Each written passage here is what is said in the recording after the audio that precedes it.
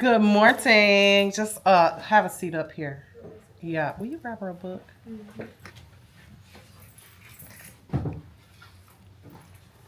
Y'all, this is Jasmine. She's one of our new students, and also just so y'all know, because I probably will show a little favoritism, she is my niece. No, baby. Just kidding. Just kidding. Just kidding. Just kidding. All right. Let me go back here.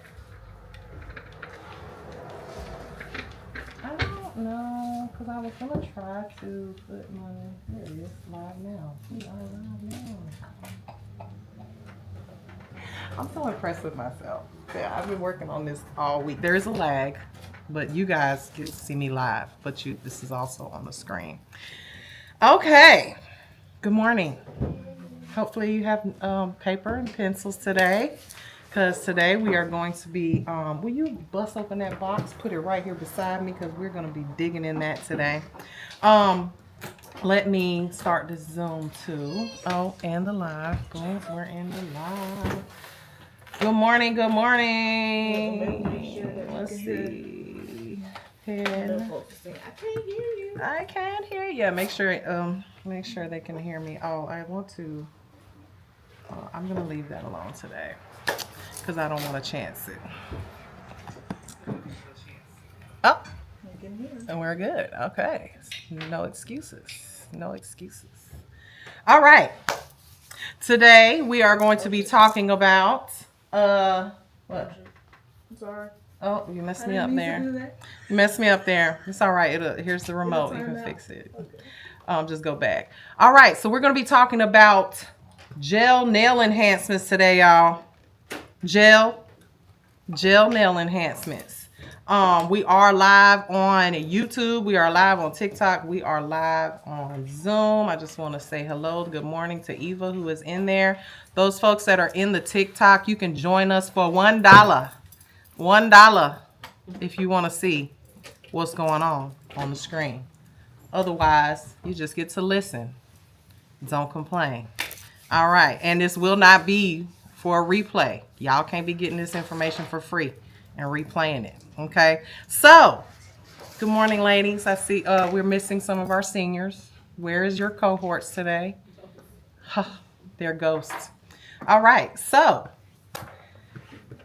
what do y'all know about gel? I hope y'all are ready for this chapter, because gel, y'all are born with gel in your hands. We had regular polish back in the day. Maybe you remember regular polish a little bit, yeah? Y'all been using it a little bit in class, but regular polish, totally different animal. Probably should close that door down, huh? It's a little loud.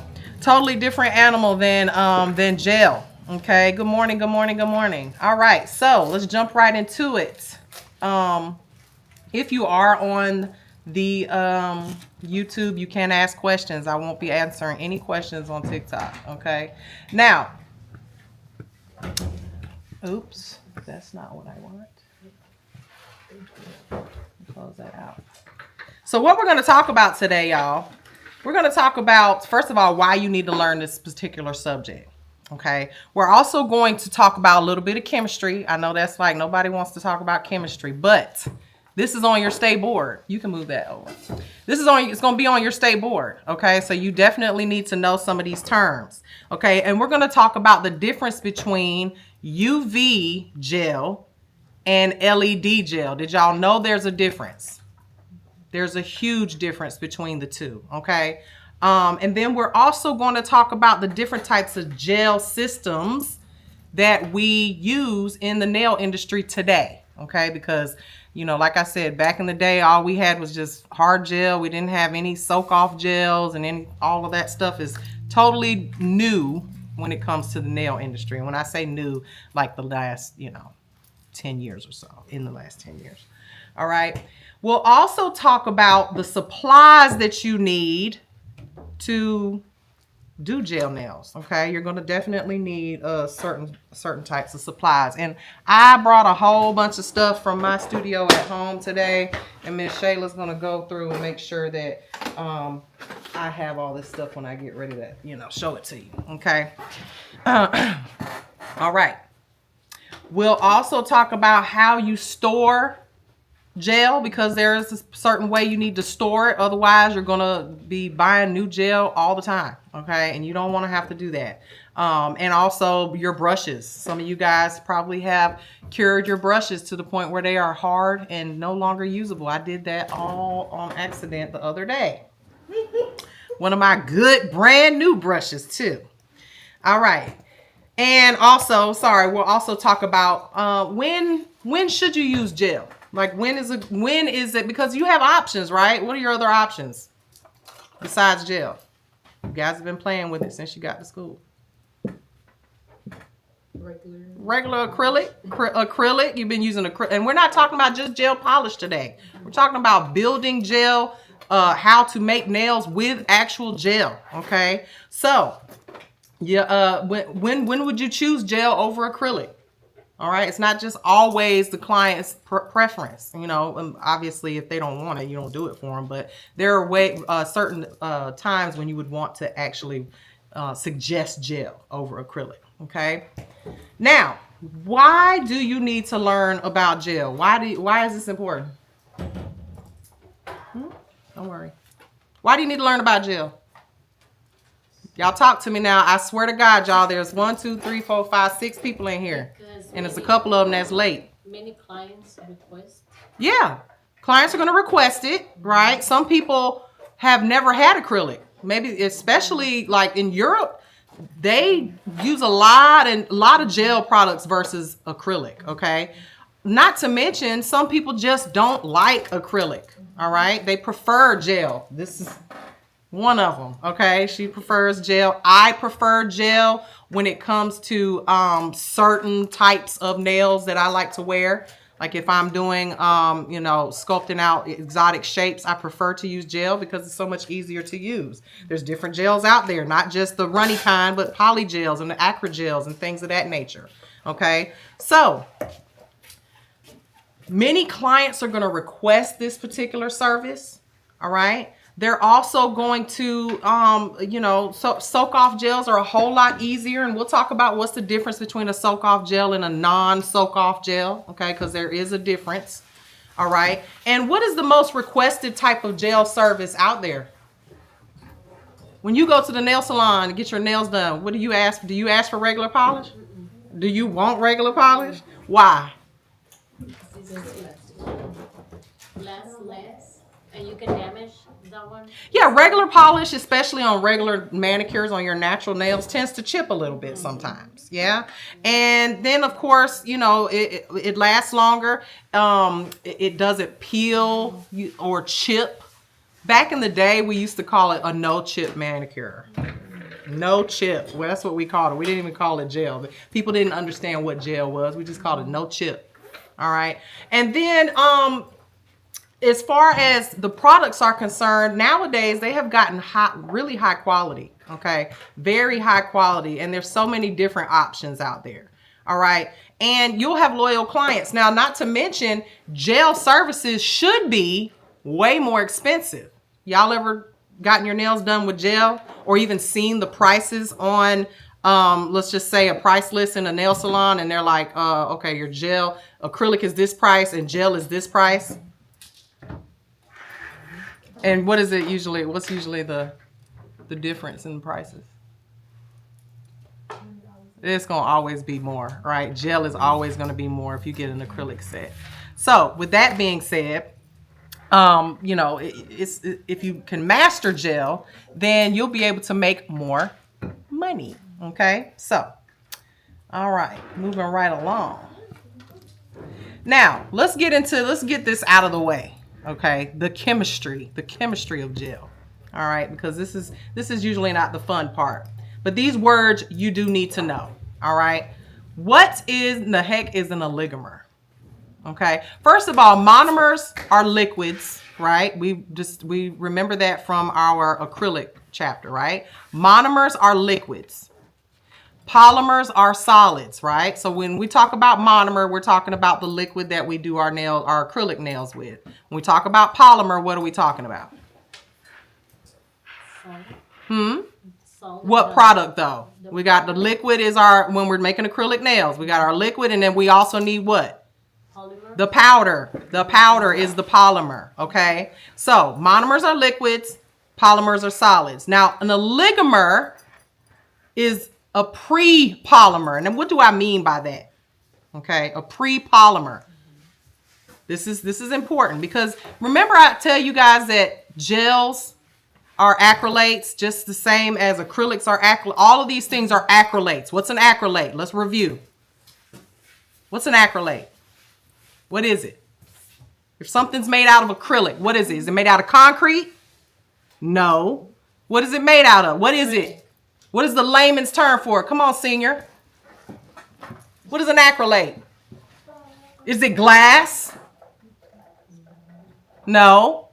It's plastic. Thank you, thank you, thank you. Okay, let's review. I'm gonna make sure you know this stuff. So, an oligomer is a pre-polymer, okay? This is a thick, gel-like, sticky acrylate that is stuck between a liquid and a solid. Okay, does that make sense? So if something, you got your liquids, it's runny like water. Then you got your in-between, which is an oligomer, a gel. It's stuck between that. It's like what happens to your acrylic when you pick up that bead and it's runny, but it's kind of, as it starts to cure, it can get sticky. And then eventually it gets hard, right? Okay, so we understand that a oligomer is that phase in between a liquid and a solid. And that is what a gel product is. The word oligomer, okay? Now, most gels use what's known as a urethane methacrylate oligomer. This is not important as far as writing this down, but I want you guys to know that a gel, I'm gonna just be honest with you, gels are superior product, okay? This is why they're more expensive. This is why it takes more skill to use them, all right? It's a superior product. And the reason why is because that gel has an excellent adhesion to the nail plate, all right? If I show you guys, right now I am wearing just a simple gel manicure with rubber base, there is a fly swatter over there on the side of the, and there's a big juicy fly flying around. When you try, because I'm afraid he might fly in my mouth. Okay, because it's just my luck, but it's annoying. I got rid of all the gnats that were in here this morning. I don't know where these gnats, they'd be coming out of the sink. All right, so gels have a very, very, very good adhesion to the nail plate. Like I said, if I show you guys my nails right now, they're a week old, all right? But if you apply gel properly, no lifting, no worries about peeling or any of that stuff, okay, compared to like acrylic, all right? And gel is not porous. What does that mean? What do we talk about when we say the word porous? If something's porous, what does it do? Absorb. It will absorb anything, really. It absorbs odors, it'll absorb water, liquids, whatever, dyes, stuff like that. Gel does not do that, okay? So, again, superior, okay? And there's a lower risk of sensitivity, okay? Lower risk of sensitivity. And what do I mean by that? It's because acrylic, you guys have all played with it before. I know you have, all right? When you're using acrylic, if you don't pick up the bead and it does not have that perfect bead, right? And you guys have played with it. You know what a perfect bead is versus a runny bead or a bead that's too dry. What happens when that liquid gets everywhere, all over the skin? Did you find it? Oh, you did. That liquid, it tends to get on the skin, doesn't it? Mm-hmm. A lot more of a chance of that liquid, you're pushing it out and then, it went on the cuticle. So what did you do? You took your brush and you wiped all around the skin, didn't you? All right. So what is that disorder, or what is that called when we get too much of something on our skin? What can we have? What's known as contact dermatitis. And that is due to overexposure. And this happens a whole lot more with acrylic. People think that gel is the problem. And gel is a problem. If you're touching gel, this is why I get on y'all all the time when you're touching gel with your bare hands. Okay? You do not want contact dermatitis. I have it, and it is not any fun. Right now, I can't even walk around with flip-flops on because I have it on the bottoms of my feet. Okay, and the arches of my feet, and it itches, and the skin peels, and it's horrible. And this is from years of just being exposed to the product, all these products. All right, so you guys are new nail techs. I want y'all to have a nice, long, healthy career. Okay, so gels come in. So everybody understand what a ligament is. What that is, that phase in between a gel is an oligomer. Okay, fancy word. Probably you will never use it again in your career except when stay bored. That's all that matters, right? I don't want you guys to pass it. Now, viscosity. What does that word mean? What is it? When we're measuring viscosity, what are we measuring? Thickness. The thickness of a product, okay? In case you guys are wanting to know the answers to these questions, I gave y'all a book for a reason so that you can follow along, okay, if you'd like. That way I know you're at least looking at it, all right? I can't remember what chapter it is. It's the Gel Enhancement chapter. Chapter what? 12. Okay, chapter 12. What page is that? 353 is what page we're on right now, okay? No, that's the beginning of the chapter. That's the beginning, but as far as what page we're on right now, where the word viscosity is, what do you guys think that word means?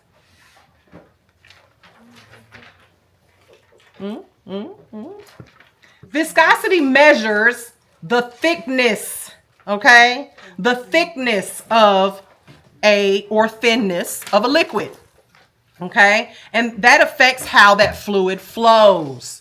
So if something is very runny, for instance, like a waterfall or a river, the water runs very easily. It just flows fast, okay? What about, let's just say, syrup?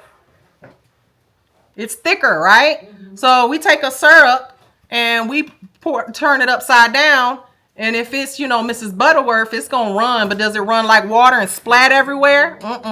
But if it's a thicker one, like a cane syrup, it might take a while. Molasses, it might take a while. You ever heard anybody ever told you, oh, you move like molasses?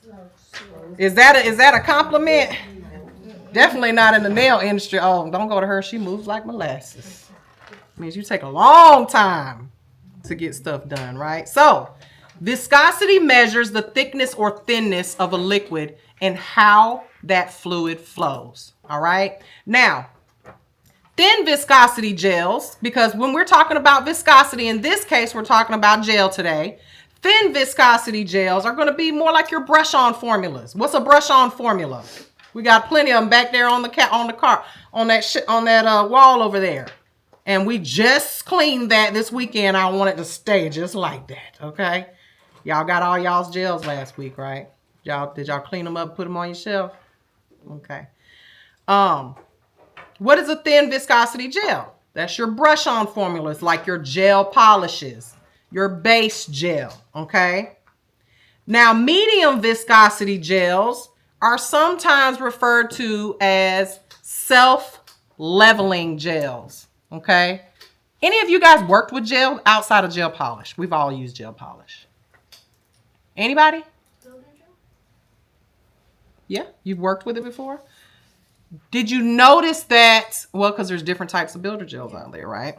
Did you notice that those gels, some of them level on their own? Like if you just pick up a bead and you lay it on the nail, it starts out lumpy and bumpy, and then it will smooth out the longer you wait. It just kind of, it levels, okay? Now, not all gels do that, okay? But a medium viscosity gel should, all right? So, a thick viscosity gel is going to be used for building, all right? And we have medium builder gels, right? But we also have thick viscosity builder gels. What would be an example of a thick viscosity builder gel? Think about the types of gels that are out there these days. The one you use for flowers? Oh, that's a good one. And what kind of gel is that? The heart is hard. I don't know. Do you know what it's called? Thin, Hmm? solid. Why is it called solid gel? What is it? What is another name for that?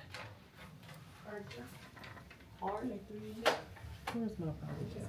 Oh, right here. What's this? There's some hard gels. What is this called? Polygel? A polygel, an acrogel, a some other brand names for it. What do they call theirs?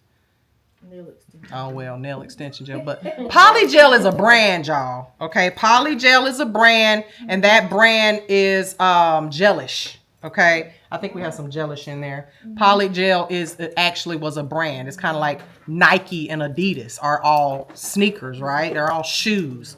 So polygel, no, this was polygel. Okay, gelish created polygel. They call it poly. And why do they call it polygel?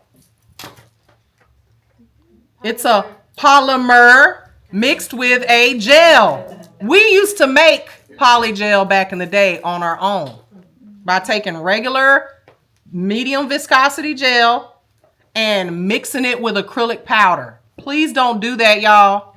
You don't have to. Okay, this is 2025. And we were taking risks doing that when it came to the chemistry of things. Y'all don't go around here mixing up, chemicals. Don't do it with your nails either. You don't have to. All right. Now they make it in containers like this. Now there's other types of polygels. They come in tubes, right? They also come in pots. All right. This is an example of one that comes in a pot. We've got several different types. I will be showing you guys that on the overhead soon. Okay. Now, everybody understand what the viscosities of gels, how they work. Okay. All right. Now, moving on to the next word. Gels don't dry on their own. They're too thick. Okay? They don't dry. And what do we use in this world? What do we use? What term do we use rather than dry? Only thing that dries is regular polish. And we even use that term, the term cure with that. Okay? Because anytime something goes from liquid to a solid, all right, it's our hair dries, okay, when it's wet. The wetness comes out of it and then it's dry. But when it comes to a chemical process, our polishes, they cure, okay? They go from a thin viscosity to a hard solid, okay? And so gels are too thick to dry on their own. So they need an additional chemical in them to cure. So we know what the word cure means, right? So we need an additional chemical inside of gels to get them out of that gel-like state. Because if you have a gel in a bottle, it's just going to stay that way. Even if you take it out of the bottle and put it on the table and leave it there, it's gonna stay gel in that gel-like state until you put it under that light. But there is a chemical inside of that gel that makes it cure. And that chemical is called a photoinitiator. Okay? A photoinitiator. Break that word down. Photo. Okay? Initiator. When something is initiated, what does that mean? You started it, right? Now, in order to get a good photo, what do we need? A light, okay? Some of y'all that taking y'all's pictures, y'all know you're supposed to take the picture with the flash if it's dark or you're going to get a bad photo, right? We got light here so that people can see my ass on this screen really good. And so I look, pretty. It's a beauty light, right? So we need a photoinitiator, and this particular chemical is needed to transform that liquid into a solid. All right.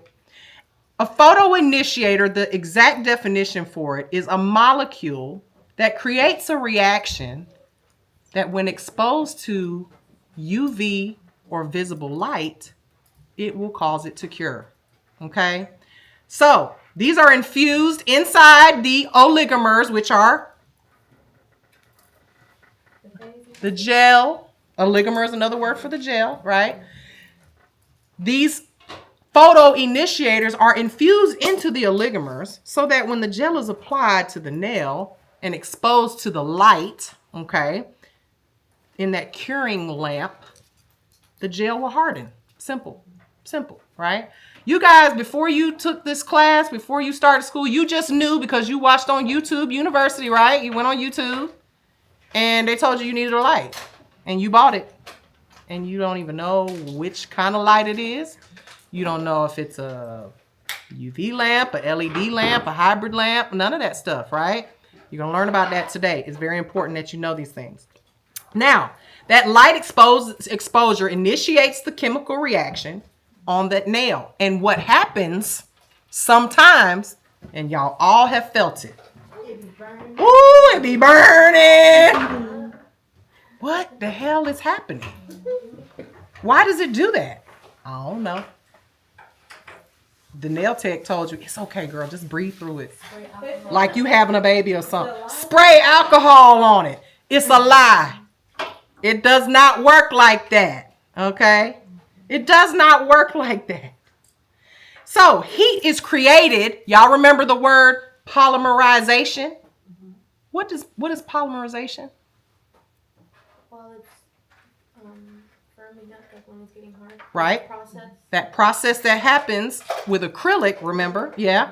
It's those molecules, and when they first come together, when the monomer meets the polymer. Remember I gave y'all the club example?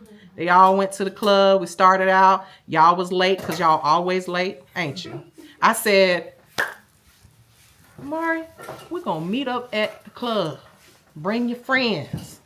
Well, you know, Mari's always late. So we got there when it was night. We got there when, you know, there wasn't a lot of people in there, so they didn't have to cut the AC on. It was nice, you know. But then Amari showed up and she brought all her friends late, right? And then it started to get hot in there because there's so many people. Then we started doing the, you know, the boots on the ground dance. And it got real hot. And then we were doing a line dance and we all started lining up and then we got too packed in there. It got packed and it got real hot. Right? Because everybody came together.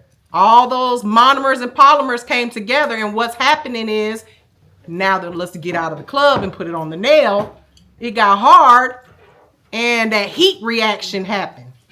So that's what happens when you pick up a huge bead. Y'all one bead people, you one bead folks that are picking it up in a huge one bead and boop, boop, boop, boop, boop and trying to move it and chase it around. That's great. That's a nice talent that you have there. However, what you're doing to your client, and you don't even realize it because you didn't go to nail school, is that you're causing a heat spike. Okay? And that heat spike, it hurts for a reason. Okay? It's not like I'm just saying, oh, it's just a cramp. It's going to go away. It's not, yeah, it goes away. But what happens on the nail plate? Because a heat spike is actual heat. It is a chemical reaction. You are burning the client's nail plate. Okay? Like an actual burn. And you don't notice it right away, right? You notice it over time, and then your client takes off their nails, and they're like, you ever looked at your nails after you take them off, and you're like, they look different. They look like they done been through some things, because they did. They went through some things. And as a nail technician, it's your job, you know, to hopefully not put your client's nails through some things, okay? So when we're applying gel, the same thing happens. Okay, if you pick up a huge bead of gel and you're trying to like maneuver it around and move it around and just instead of doing layers of it and building it, when you put it in that light, oh man, whew, you get that. And it happens with polish sometimes too. Just regular polish on your nails, on your bare naked nail plate. It can happen there too. Okay, so you got to be very careful when it comes to polymerization, whether it is acrylic or gel. You got to be careful because you will burn your client, okay? So we know what polymerization is. It happens with acrylic. It also happens with gels. But polymerization in the case of gel is the linking of those oligomers together, okay, They now become hard like an acrylic. Okay, same process pretty much. Just gel is just stuck in that phase in between the liquid and the powder. In the liquid form and the hard form. Okay, so think of these cross-linking segment. Think of them like a net.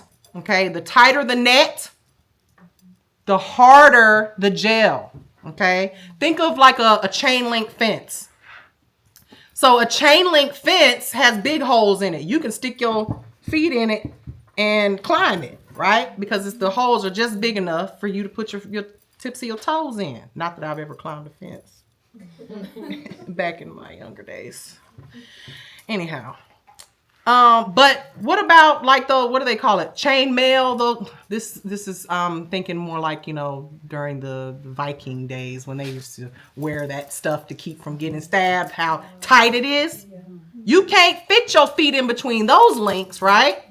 So the reason I bring this up is because there's different formulas of gels out there. Oops, I don't know why they keep popping up. There's different formulas of gels out there. And the formulas are going to be your soak off or your non-soak offable gels. Okay, gel polishes soak off.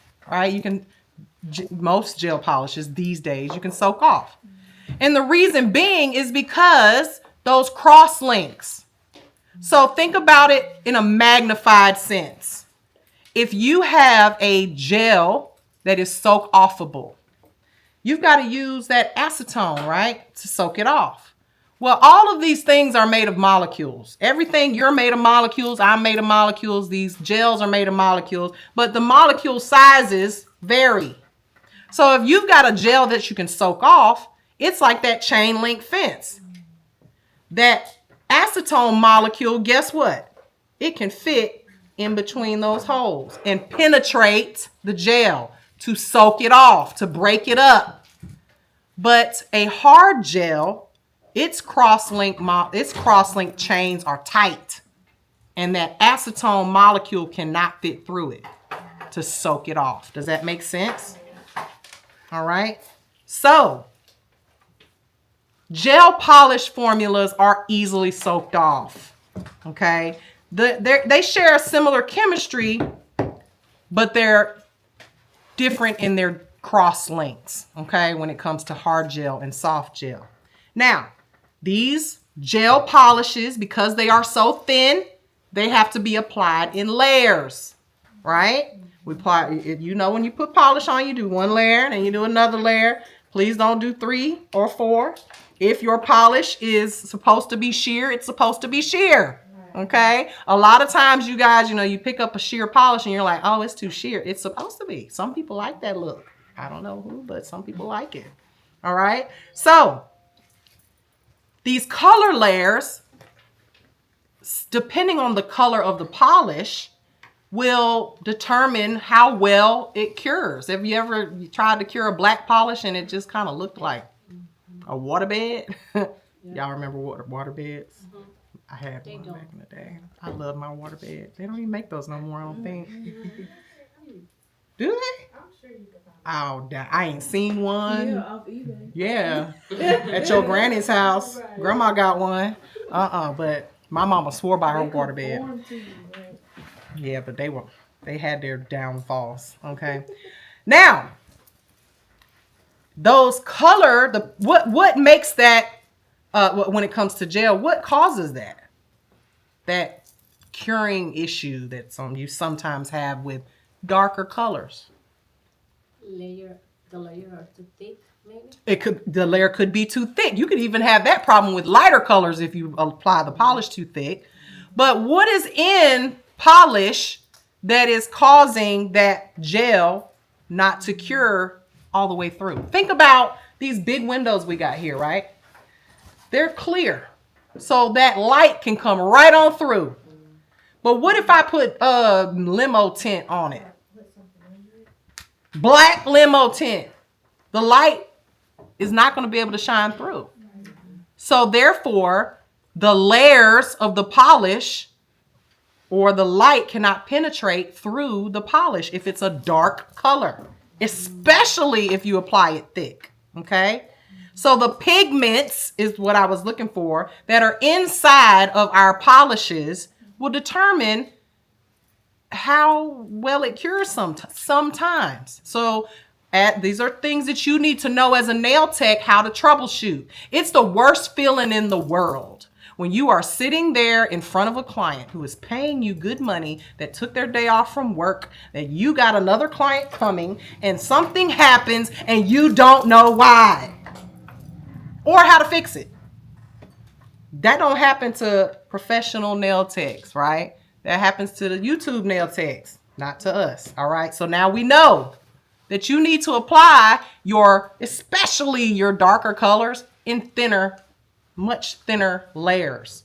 Now, please apply all of your polish in thin layers, but be very, very, very, very aware that this happens with darker colors. Now, it's really weird that it always happens to me with like this color yellow, like a bright canary. Why this color yellow, sunshine yellow, or whatever yellow you want to call it, primary yellow, always has an issue with curing for some reason, but it's the pigment.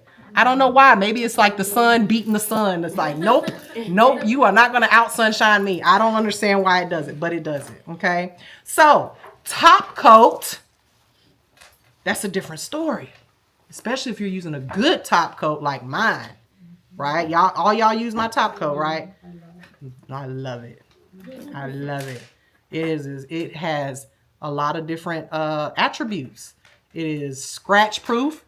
It is as far as like pigments, it's not stain proof, stain resistant. It has a nice viscosity, okay? And there's a reason for that. Because you got to top coat your gel, right? You got to top coat it or it's not going to be shiny. But top coat in general has a higher level of cross-linking, making it almost like a hard gel that cannot be soaked off. If you've ever tried to soak off your gel polish on like a gel manicure and you didn't like buff the top coat off a little bit, it's like it don't come off. It'll get all fluffy around the edges, but it'll stay shiny on the top. Because top coats generally they offer protection and shine. So they need to be like a hard gel. Now, most of them they're soak offable, but you got to like etch that top layer in order for that acetone to get through it, okay? So a higher level of cross-linking is the word, all right? So that curing process, we talked about what is called that heat spike. It can be very uncomfortable, and there are ways to prevent it from happening, okay? Because sometimes we can't control it. We really can't. That reaction has a name. We call it a heat spike. That's like a general word for it. But the chemical word or the chemical process for a heat spike is an exothermic reaction. Break that word down. Exothermic. If something is exo instead of endo, outside, meaning, and then the word thermic obviously means temperature, right? So an exothermic reaction means that it's putting out heat, okay? An endothermic reaction would mean you're bringing in heat, okay? So that exothermic reaction is chemical reaction that releases heat. All right. And this reaction occurs with each bond of the polymer as it's created. So every time a bond is made, meaning the polymer got hard, the ligament, got hard. Each time a bond is made, a little spurt of heat happens. It just happens. And imagine it happening all at once. Okay. So the more bonds that are formed, the more heat is generated. So that is, and like I said, that can be very painful, all right? The more bonds that are created when gel polymerizes, the stronger the enhancement, okay? So the more bonds we have when that gel polymerizes, the stronger that enhancement is going to be. So that heat can be controlled in a variety of ways, y'all, a variety of ways, all right? The main one being starting with a thin application. Okay, thin application no matter what type of nail we're doing, whether it's gel polish or whether we are building a nail from scratch, and we're you know, we can sculpt gel nails too. We can do make gel nails with tips. We can do it with sculpting. We also do we can do Gel X nails. Okay, forms, all of that, dual forms. All right, so this is going to provide, when you are doing a thin layer, a little bit of protection from the heat versus a thicker layer. Okay, now we apply and cure multiple small rather than large beads of gel to do that. And then the next way we can prevent our clients, hand me that lamp, please, no, the big one, could prevent our clients from having heat spikes. Okay, first of all, my lamp has what's known as a low setting mode. Okay, it starts out, and I'll show you guys, I'll show you exactly what that looks like. Okay, so if you see my lamp, when you turn it on, right, you just on, off. You see how bright it is? Well, on the over here onto the right, there's what's called a low temperature setting. Now watch, see the difference? On, off, right? How about low? And it will gradually go up in frequency as far as how bright the light is, or how much energy that light is putting out. At about 30 seconds, it'll be brighter, and then it'll get brighter and brighter. So that's a feature that you may want to look for in UV gel lamps or gel lamps in general. Okay, not all of them have a low temperature mode. Mine does. Okay, love that. But if you don't have a low temperature mode, what you can do is you can turn the light on, and as you're go ahead and turn it on. And when you put the gel on their nails, you just slowly introduce the hand into the lamp, slowly. Okay, and then once they finally get there, go ahead and do a full cure. All right, and then that will gradually. It's just like, you know, I like to. It's like a warm up. Yeah, I like to compare it to, like, y'all remember in the morning when your mom used to wake you up for school. See, my mama was sweet. She woke me up to singing. Okay, she'd be like, "Wake up, wake up, wake up," blah blah blah blah blah. All right, she's so sweet. But my daddy, he like, "Get your ass up, it's you late.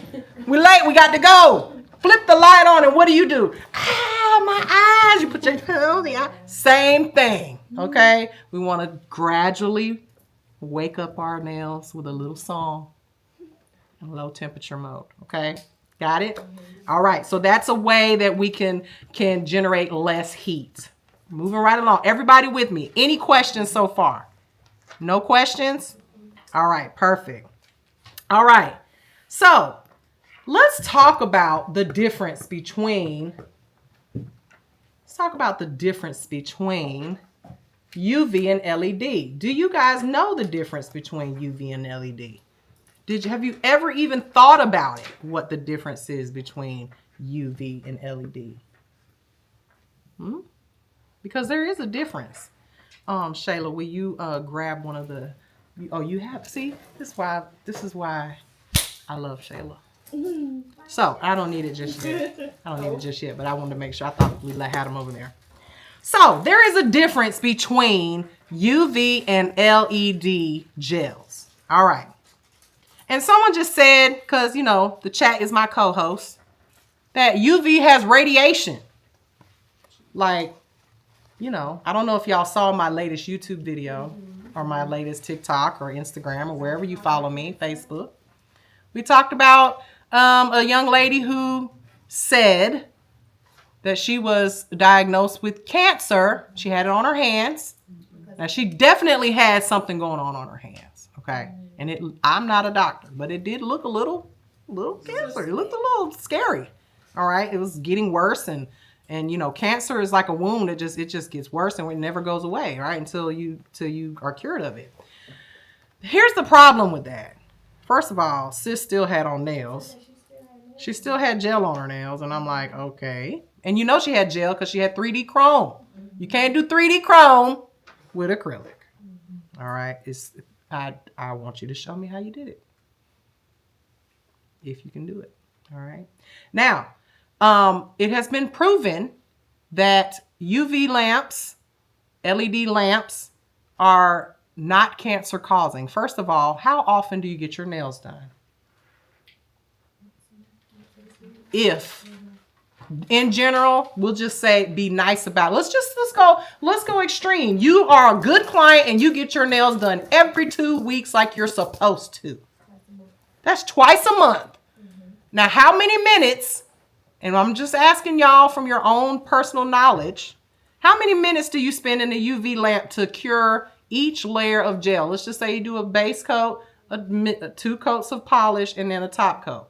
How many minutes? Because 30 seconds is the general time it takes to cure a gel polish. Most polishes are 30 to 60 seconds, right? So we'll just be generous and say 60 seconds. We got base, first coat, second coat, top coat. That's 4 minutes. That's if it's LED. That's if it's LED, okay? Now, if it's UV, we're going to double that, and we're going to say 8 minutes per hand. Per hand. All right? Now, we see people out here walking. They're walking outside. Is there sunlight out there? I guarantee you spend way more time in the sun outside, walking to your car and back and out to Walmart and to the, here and there and at the beach every single month than you do in a UV lamp. Now, it's unfortunate that her particular cancer was on her hands because you can get cancer anywhere, right? It's unfortunate. I'm sure that the lamp was not the cause of it, okay? However, I could be wrong. I'm not her doctor. I wasn't there, But I did see that she was still wearing gel. So that means she has cancer and she's still putting her hand in the lamp. That's like a person who gets lung cancer and they still pulling on them, I can't say it because I'm on live and they might ban me. All right. And does that make any sense at all? No. But, I'm not. You got it now. Well, yeah, some people are like, I got it now. I'm not going to quit. I'm not a quitter. At this point. Screw that. All right. So let's talk about what's the difference between UV gel and LED gel, because there is a difference. Now, first let's get to the lamps before we go too far about the difference. Gel curing lamps. You see several different types of curing lamps. They got them all over Amazon. They got them all over the nail supplies. And it's like, which one do I buy? How do I know? Well, the girl on TikTok told me to get this one. I bought it because she said so. She does good nails. All right. But there is a difference, okay? First of all, a curing lamp is a specialized electronic device that powers and controls bulbs to cure gel nail enhancements, okay? And these bulbs must emit a violet light at a proper intensity, okay, to provide sufficient energy to cure our products. Okay. Now, back in the day, we had lamps with bulbs in them. Okay. And those bulbs, just like any other bulb, would go out. They would lose their intensity, their power. In general, our bulbs, they just kind of go out. Right. But in our UV lamps, you wouldn't know that the power of the bulb was bad. It would still light up, but you notice that your gel wasn't curing all the way. And it's like, it was so annoying. Okay, so annoying. You never really knew when your bulb was going to stop working, okay, or when it was going to start giving not enough energy to fully cure a gel. So they may look similar. These lamps may look similar. However, there are many differences that affect the power, the curing power in these lamps. Number one, the type and number of bulbs matters, okay? For instance, Shayla, the little one here. So we got this little UV lamp, LED lamp right here. How many? 8, right? Well, that ain't enough, is it? To fully cure gel, or is it? I don't know. Some people be thinking that. To hold it in place. All right, it's enough to flash cure it. Meaning, what we can do with gel is we can zap it real quick so that it's not sliding everywhere, but it's still not uncured or wet. Okay. Whereas this lamp, if you take the bottom off of it and you turn it on, you can see how many, I mean, there's a bunch in there, right? So that one is obviously way more powerful than, say, a lamp like this. Okay, way more bulbs. All right, so the distance of the bulbs from the bottom of the table, it matters too. For instance, if I have this lamp, which is sitting up high, way up here, and my hand is way down here, we're not going to get a good cure versus putting our hand up here, right? The closer the bulbs are to your hand, the more intense it's going to be. Anybody ever been like if you're videoing and you've got lamps or you're doing a photo shoot or something, if you stand in front of those lights really, really close, you're going to start sweating. It's too hot. You got to back it up a little bit. All right. Same thing. All right. The size of the bulbs matter. They're teeny weeny little tiny ones. Like you got, what about this? Is that enough? These tiny little, it'll flash cure it. Boop.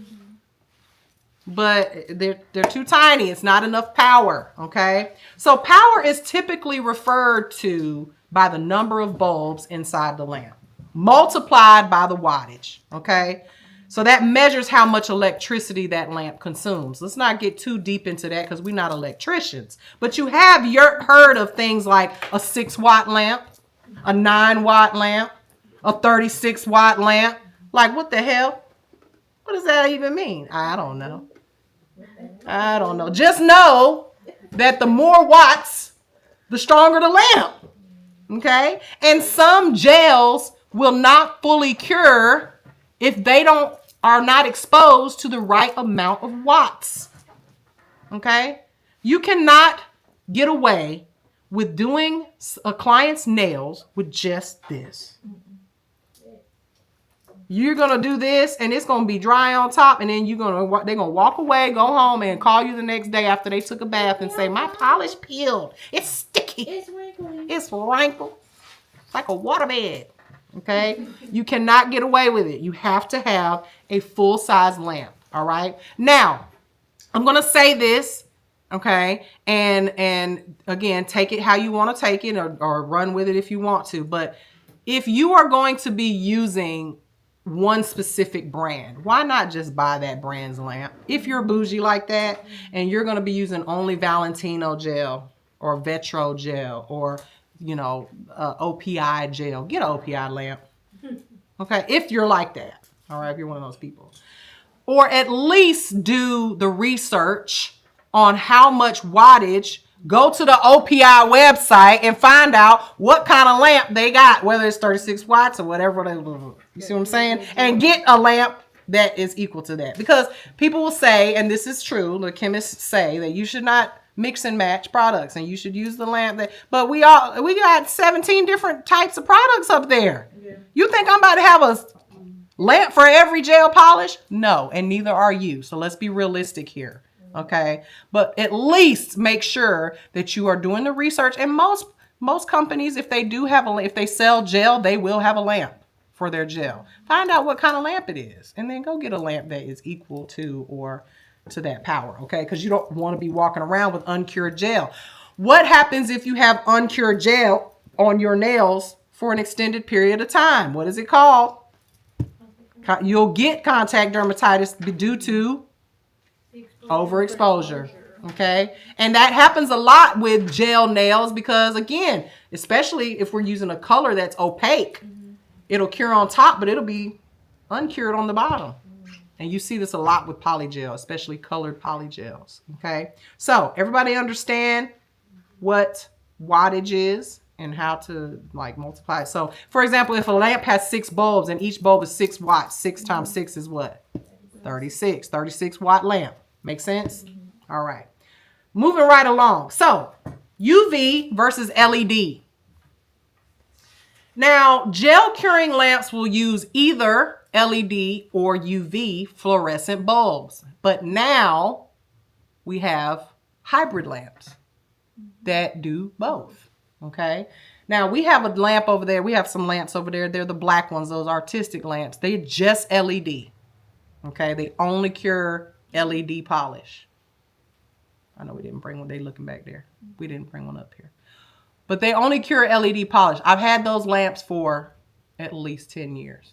Both of them. They still work. They still, that's the great thing about LED lamps, is that bulb, they good until they stop working. You know that it's not working when the bulb doesn't light up. Okay. Whereas UV, totally different story. Okay. But these gel curing lamps, when it comes to LED, what does LED mean? What does that word mean? Or what does it stand for? LED. There you go. Light emitting diode. Okay. And these light emitting diodes create a direct light that must shine directly on the gel. It has to. If it's not shining directly on the gel, it will not cure. And they're made of wavelengths. Okay. And this is just something that for knowledge purposes, you're never going to say this again, but these wavelengths are about 365 nanometers to 405 nanometers. And a nanometer is just basically a scale used to identify a certain color or intensity of light, because not all these lights are the same color. Mine is kind of pink versus a purple versus a blue. Okay. So just know that's what nanometers are, scale. That's what they rate. So an ultraviolet light, a UV light, that's what it stands for. Ultraviolet light is a fluorescent bulb that radiates light inside the lamp, also to cure that light, that gel, and it has to be directly on the nail as well. Now, cure times are going to be different with UV versus LED. Okay. And you'll see on most, if your product has instructions on it, okay, if your product which it should, if it's from Amazon, it probably won't. All right. Y'all be careful. These curing times will be different. UV gels will usually say 2 minutes in a UV lamp, 30 seconds or 60 seconds in an LED. And any of y'all ever wondered why? Why is one faster than the other?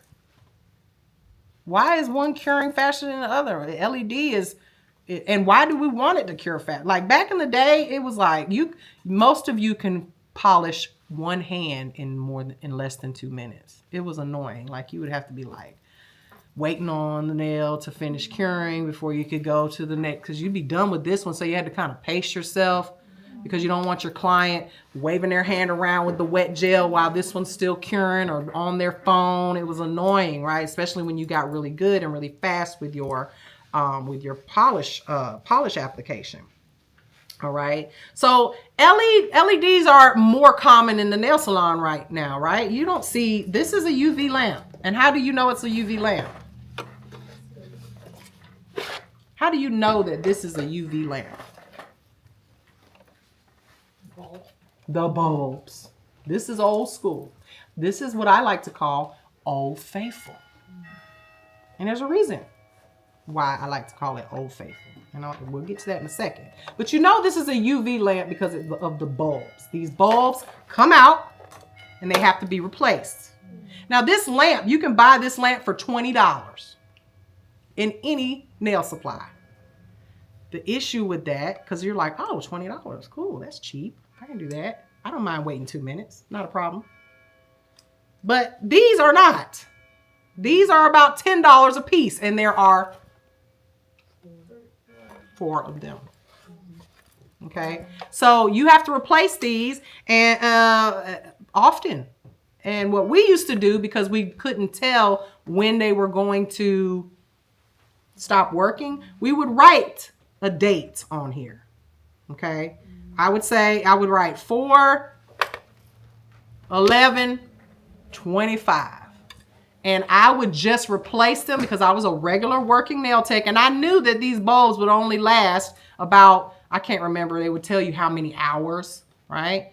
So if you're multiplying and you're doing it for 4 minutes or 8 minutes with every client, times 2 each client, and then 8 minutes times 40 clients a week. It was a lot of work trying to keep, but I just would change it. I always kept the extra bulbs, and I would just change it every 3 months without even knowing if the bulbs were bad or not.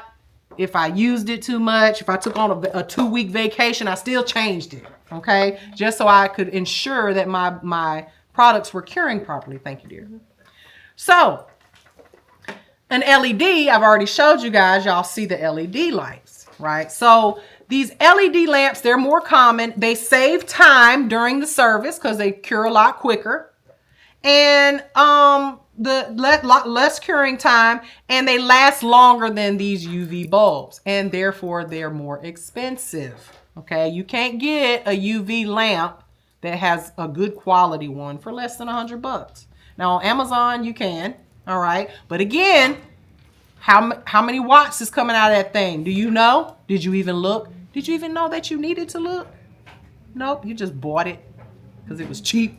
Just like we do everything on Amazon, right? But then you end up, I feel like if you buy something cheap of like not good quality, I feel like you end up Paying for it in the long run. Yeah. I can't tell you how many Amazon lamps I done bought for y'all over here. And then they go out. You drop them one time, they're gone. They're dead. They're just cheap. You know, it's like the quality is just not there. Okay. So,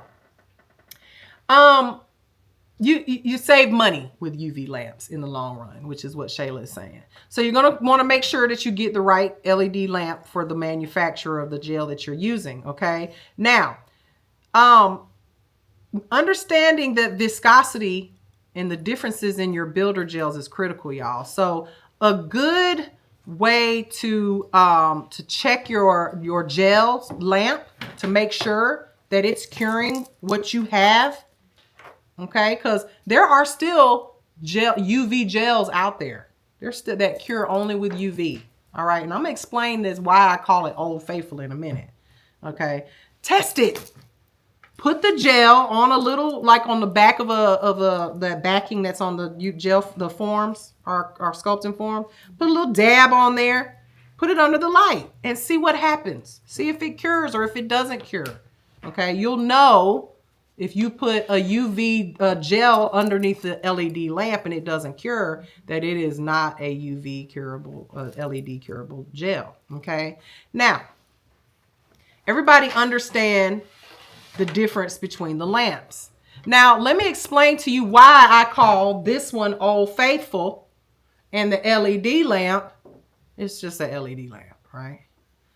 The reason is I call it Old Faithful is because if you have one of these, you can cure everything.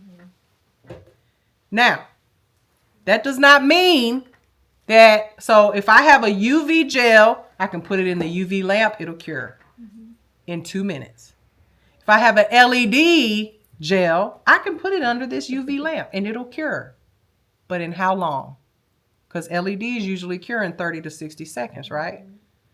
How long it's going to cure in 30 or 60 seconds? 2 minutes. It's going to take 2 minutes. Even if it's a LED lamp. So if you find yourself in a position where you have one of these and you're like, oh, Miss Mary said an LED is better, keep it. Use it when you're in a situation where your LED, because most of these are like rechargeable. What happens when the battery goes dead? Well, yeah, you can plug it up, but if you're not in Nigeria, you ain't got no light, you're not going to plug it up. You're not going to plug nothing up. Hell, this ain't even going to do you no good. But at the end of the day, what if you lost your charger? What if you can't find it? Okay. You got this one, she'll still work.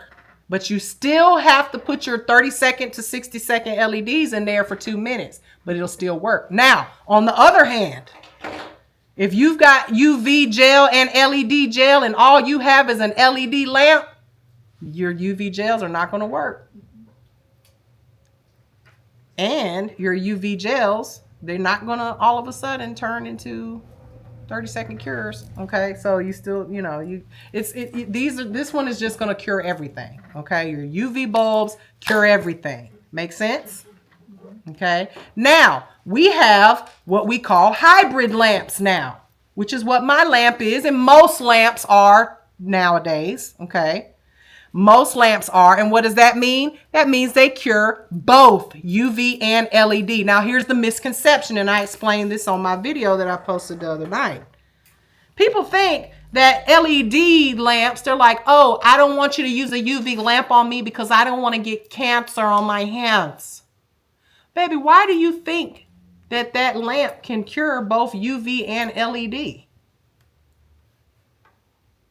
And so fast.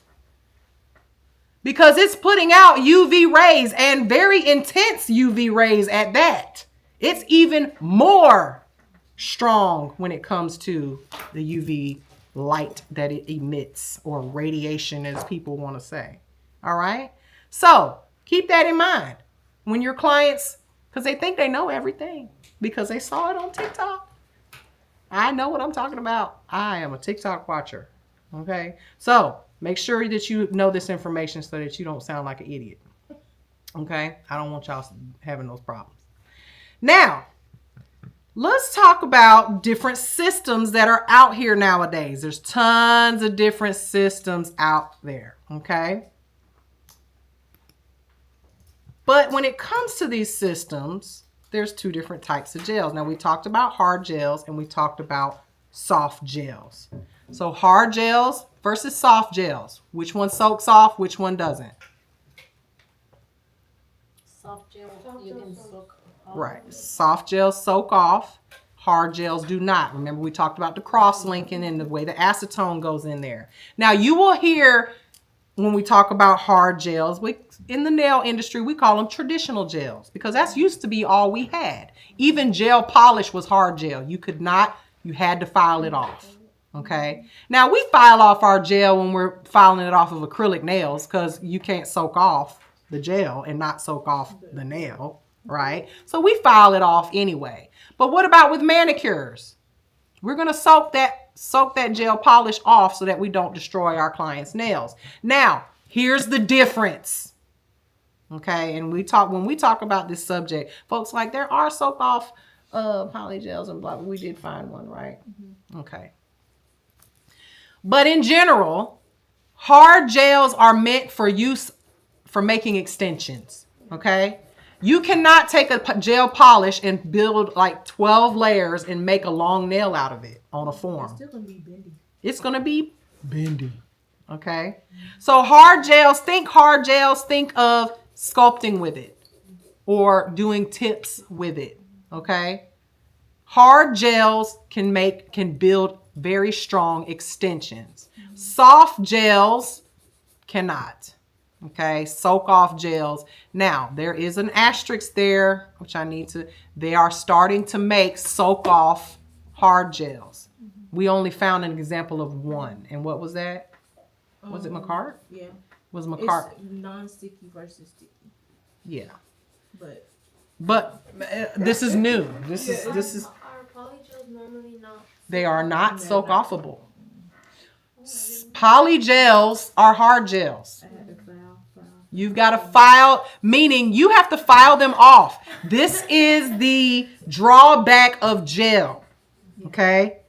The drawback to, if you want long nails, is that you are going to have to file the product off. Okay? Again, asterisk, unless you're using this new McCart. But I'm going to just be honest with you. Until I try that soft gel, soak offable polygel, I'm not trusting it on my clients for long nails. Because it's just, to me, I just feel like the chemistry of it has not changed. Meaning it is soft.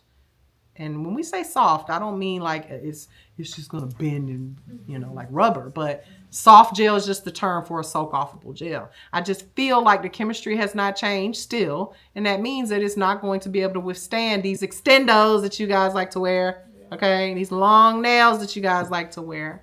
Okay. So, and everybody on, the chat is my co-host. They're saying McCart is file off only. Okay. So again, if any of y'all want to order some of this soak off polygel, please order it. Bring it here. We will test it. I'm not, because I ain't using it. I don't trust it. Okay. So you gonna try it? Yeah. All right. Go ahead. Now, as you can see in the slide, this is a polygel system. And again, we're just using the word polygel because that's what you guys know it as. But it is my brand is called Acrogel, acrylic gel mixed together. Poly gel, Acrogel. There's so many different types of names for it. Now, Tammy Taylor, which I love, she is my mother. She calls it an acrylic gel hybrid, that's what it is. Okay. And her brand is called Sculpt. And if you have never used, any of y'all used polygel to do nails before? Let me tell you, it is the most forgiving thing out there. I honestly believe all nail techs, new nail techs, should start with it before they even pick up acrylic. Acrylic is, to me, acrylic is the hardest medium to master because you don't have no time to play with it. You pick it up, you add that monomer to that polymer, it turns into a bead. You got to move. You don't have time. And then if you do take your time, it gets hard and then it's not where you want it to be. Oh, well, stuck there. You got to file it and make it work. Whereas gel, regular thin viscosity or medium viscosity gel, if you mess up, you can always just wipe it away. Start over because it's not set until it goes into the light. Polygel, the easiest medium. If we start from the easiest to the hardest, polygel, then liquid gel, and then acrylic. Polygel is the easiest because you pick up that polygel, you put it on the nail. If you don't touch it, it sits there like a turd, just sits there until you pat it out and smooth it out. And then it's still not set until you put it in the light. So once you guys play with it, and I will encourage you guys to play with some today. I brought tons of different polygel today for you guys to play with. Once you guys play with it, you're not going to want to use nothing else. Ain't it right, Shayla? That's right. Shayla likes polygel, and especially when you're working on your non-dominant hand. It's literally like Play-Doh. It's like Play-Doh. And you can set it in any shape you want until you get it right, right? So, Chris in the chat said, if we had Acrogel back in the day, it would have been a different game. Totally agree. Totally agree. I would never have touched acrylic. Not to mention, acrylic is the reason why I have contact dermatitis to this day. Okay? To this day. And it's something we don't want. So, these these hard gels and soft gels, they all have some type of pigment in them, unless they're clear, right? You got the opaque ones, you got sheer ones. You have so many different shades out there of gels, okay? Now, moving to the next type of gel, bonding gels or base gel, foundation gel. There's so many different names, but what is that? Let's think about when we do regular polish. When you do a regular polish application, what do you put first? Base coat, right? And what does that base coat do? Why do you need it? To prep the nail for the polish application, but what is the reason for it? Right, it's like double-sided sticky tape, right? It helps the polish stick to the nail, and the polish also sticks to the base. The base sticks to the nail, the polish sticks to the base, and that way it doesn't peel, all right? And so you need bonding gels they're kind of like a primer. All right, a base gel, bonding gel, and it increases the adhesion to the natural nail plate. Okay, now, in some systems, you will have a dehydrator and primer in the system. For instance, Gel-X, they have a dehydrator and primer with their gel system. Some gel systems, their base gel is the primer. Make sure whatever system you are using that you are following the instructions from the manufacturer. They're all different, okay? Now, viscosity. We have that viscosity. Some bonding gels are thinner. Some are thicker. For instance, some of y'all ask me, what is the difference between a rubber base and a regular base? Well, a lot of times it's the viscosity and whether or not you can build with it, okay? A rubber base, most of the time you can do layers of a rubber base, which is what I'm wearing right now on my nails, a rubber base. And it's just a rubber base, the base, another layer like it's polished, and then top coat. And self levels. It's just so beautiful to work with. Yep, and that's why you're here, so you can know that they're all the damn same. Like structured gel. A structured gel mani is a builder in a bottle. Right. It's a builder in a bottle. Or your build, it's all the same. Do not allow these companies to fool you. Let them fool the client so that you can make more money, because it's better. It's a structured gel mani rather than a regular gel mani. Oh, okay. Well, if that's what you think, I'm going to put it on my website and I'm going to charge $10 more for it. Because that's what you think. And that's fine. You know, it's fine. Listen, I'm telling you.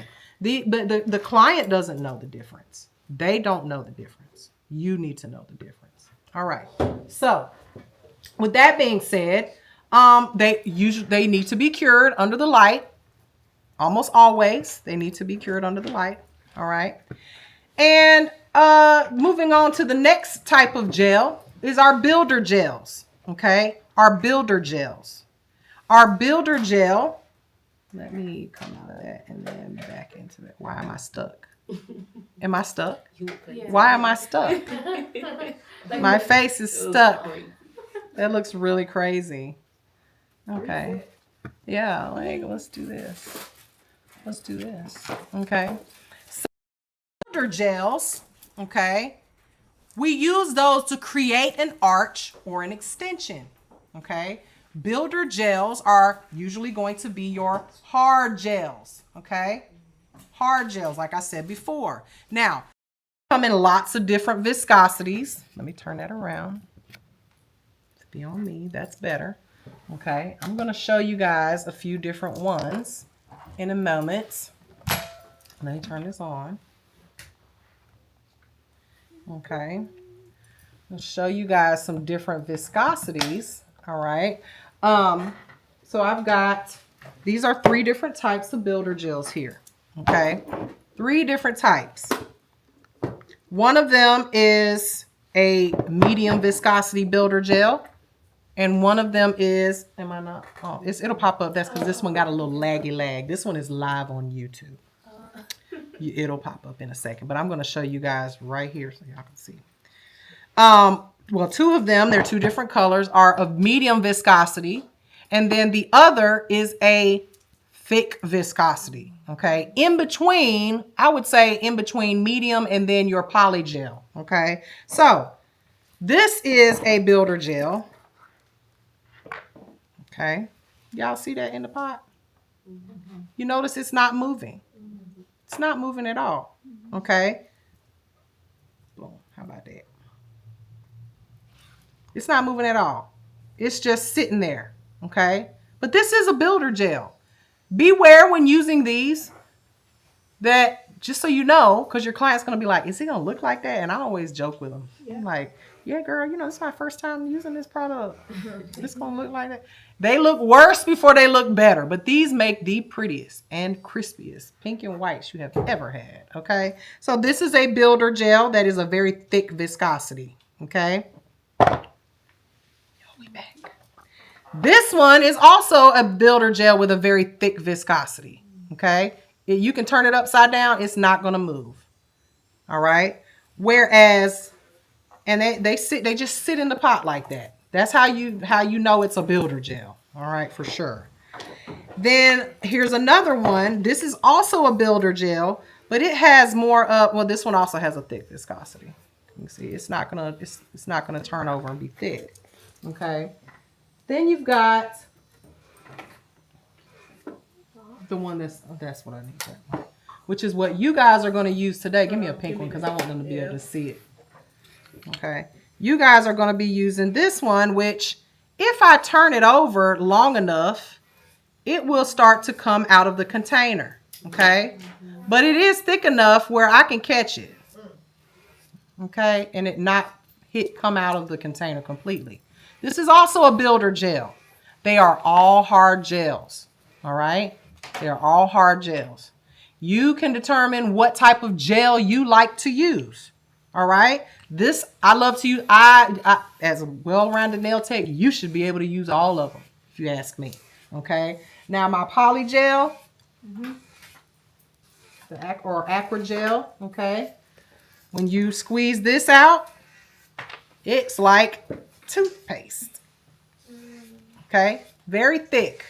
And it's the same of the other Yeah, one? that's All the same, but different viscosity. This one is much thicker than even this one. Because when you pick this out of the container, the one that it's still string. This one, you got to like cut it off like it's a piece of bread. Okay? Very thick. Even thicker than toothpaste. I ain't never squoze a toothpaste container that thick. Okay? So, several different types of viscosities there, but they are all hard gels. Okay? Now, how about your... What's happening? Oh, yeah. Yeah, that's the My test. the 3D. That's the 3D gel that you guys have seen. You can roll it. It's almost like Play-Doh. Y'all, please. I know that they're doing this stuff on the internet without gloves. It's still a gel. You need to wear gloves. Okay? Trust me, one day you're gonna wake up and your entire career is over. Because I have a mild allergy. I have friends, if they're in the room while gel is even in there, their hands flare up. It flares up wherever they have been touching it, okay? Their hands flare up, their face flares up, their skin they can't even they only can work with regular polish now, okay? And that is not what clients want, okay? Listen to your grandmother, okay? So, everybody, you all have seen these types of gels before, hopefully, but probably never worked with them. All right. Now, here's your poly gels. Okay, thick viscosity. They're usually in tubes. However, I do have some that is in a pot here. Okay, this is a poly gel. I like the pot because you can use all of it, and you don't have to squeeze for your life.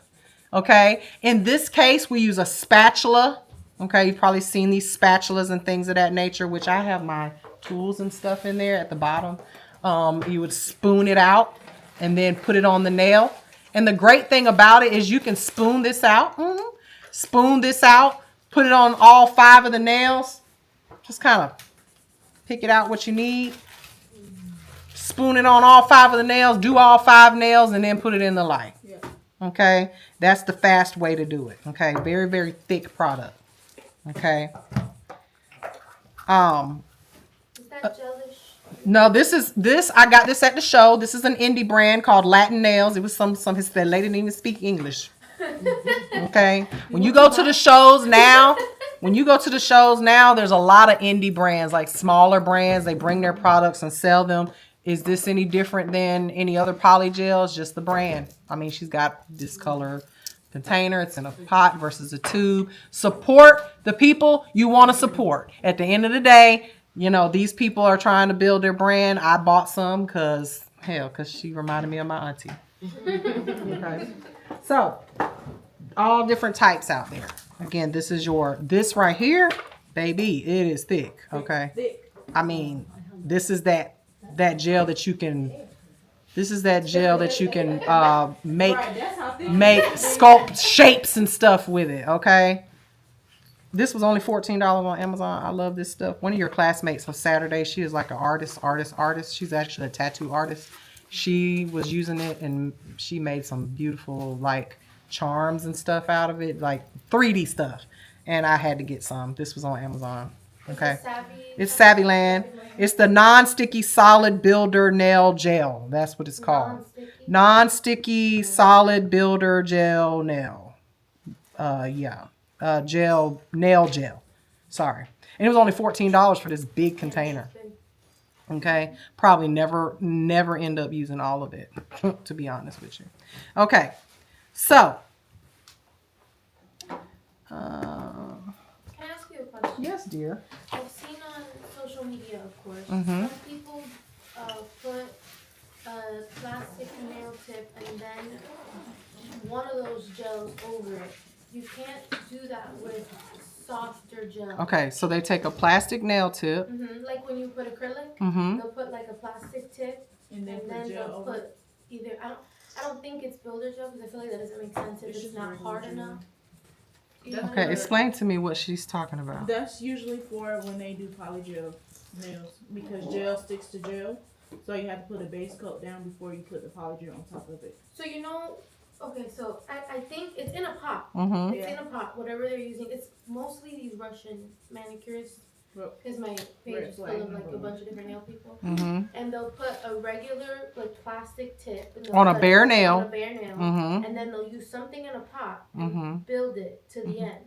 Mm-hmm. But you shouldn't put a tip with soft gel. So it must be hard gel. It has to be right? hard gel.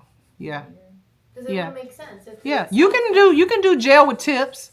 It's just like for me, it's just kind of I don't like tips. You're talking to somebody who is against tips at all. I just don't like tips because they all look the same. They just you can't get any special shapes out of it. It's just Right. I just don't like it. But to each his own. If you like it, I love it. It's just not my thing. I prefer, and if you're going to use gel, which is so much easier to use, sculpt with it. You know what I mean? Sculpt. So yeah, makes so much sense. I just personally like it. All right. Now, remember, removal's done by filing. You have to remove the gel with a file. That's the only drawback to polygel. Now, pigmented gels, soak-off gels. These are your polishes, okay? Your soak-off polishes. They are the alternative to traditional lacquers. Come in tons of different colors, and you can just remove them with acetone. That's just about every gel polish that's out there nowadays. Okay? Now, I want you guys to know that there is a difference between regular top coat and what's called finishing gels. Okay? A finishing gel. What is a finishing gel? The top. Is the top coat or not? Finish. It is a top coat. Okay? But it's different than a regular, like for instance, my top coat. A finishing gel is used to finish a full, complete gel nail with no polish on top of it, or a pink and white French acrylic nail with no polish on top of it. What's the difference between them? There's a big difference between them, okay? A finishing gel, which I brought one, and you guys, if I can get my overhead camera to work, for some reason, I don't know why it's not plugged in. It's in a gray bottle. Gray bottle. And it says kicking glass. Kicking glass. Okay.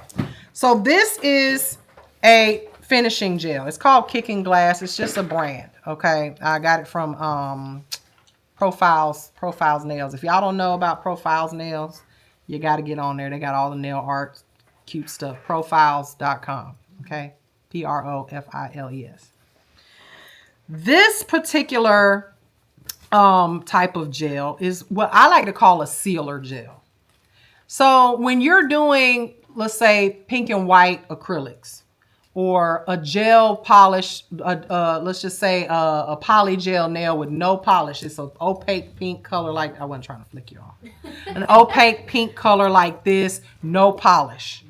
This gel you can just put right on top and it will shine like glass. The reason why you don't put this on top of polish. Okay, why? Polish is like it's squishy. It's rubber. It's a plastic. Okay. So if I take this, let's just look at it like this. If I take pillows and I line this floor with it, regular pillows that you lay on, they're soft, and then I put a layer of like a sheet of glass, like that sheet right there, but very thin, and then we walk on it. What's gonna happen to the glass? It's gonna crack because there's something soft in between the floor and that glass. So you can't put this on top of polish. What you can use it for is right directly on top of your acrylic, full acrylic nail, pink and white, or encapsulated. This is beautiful on encapsulated nails. Okay? Encapsulated, no polish at all. okay? Or a polygel nail that's all pink, just opaque color, put it right on top, okay? Do not put it on top of polish. Absolutely gorgeous.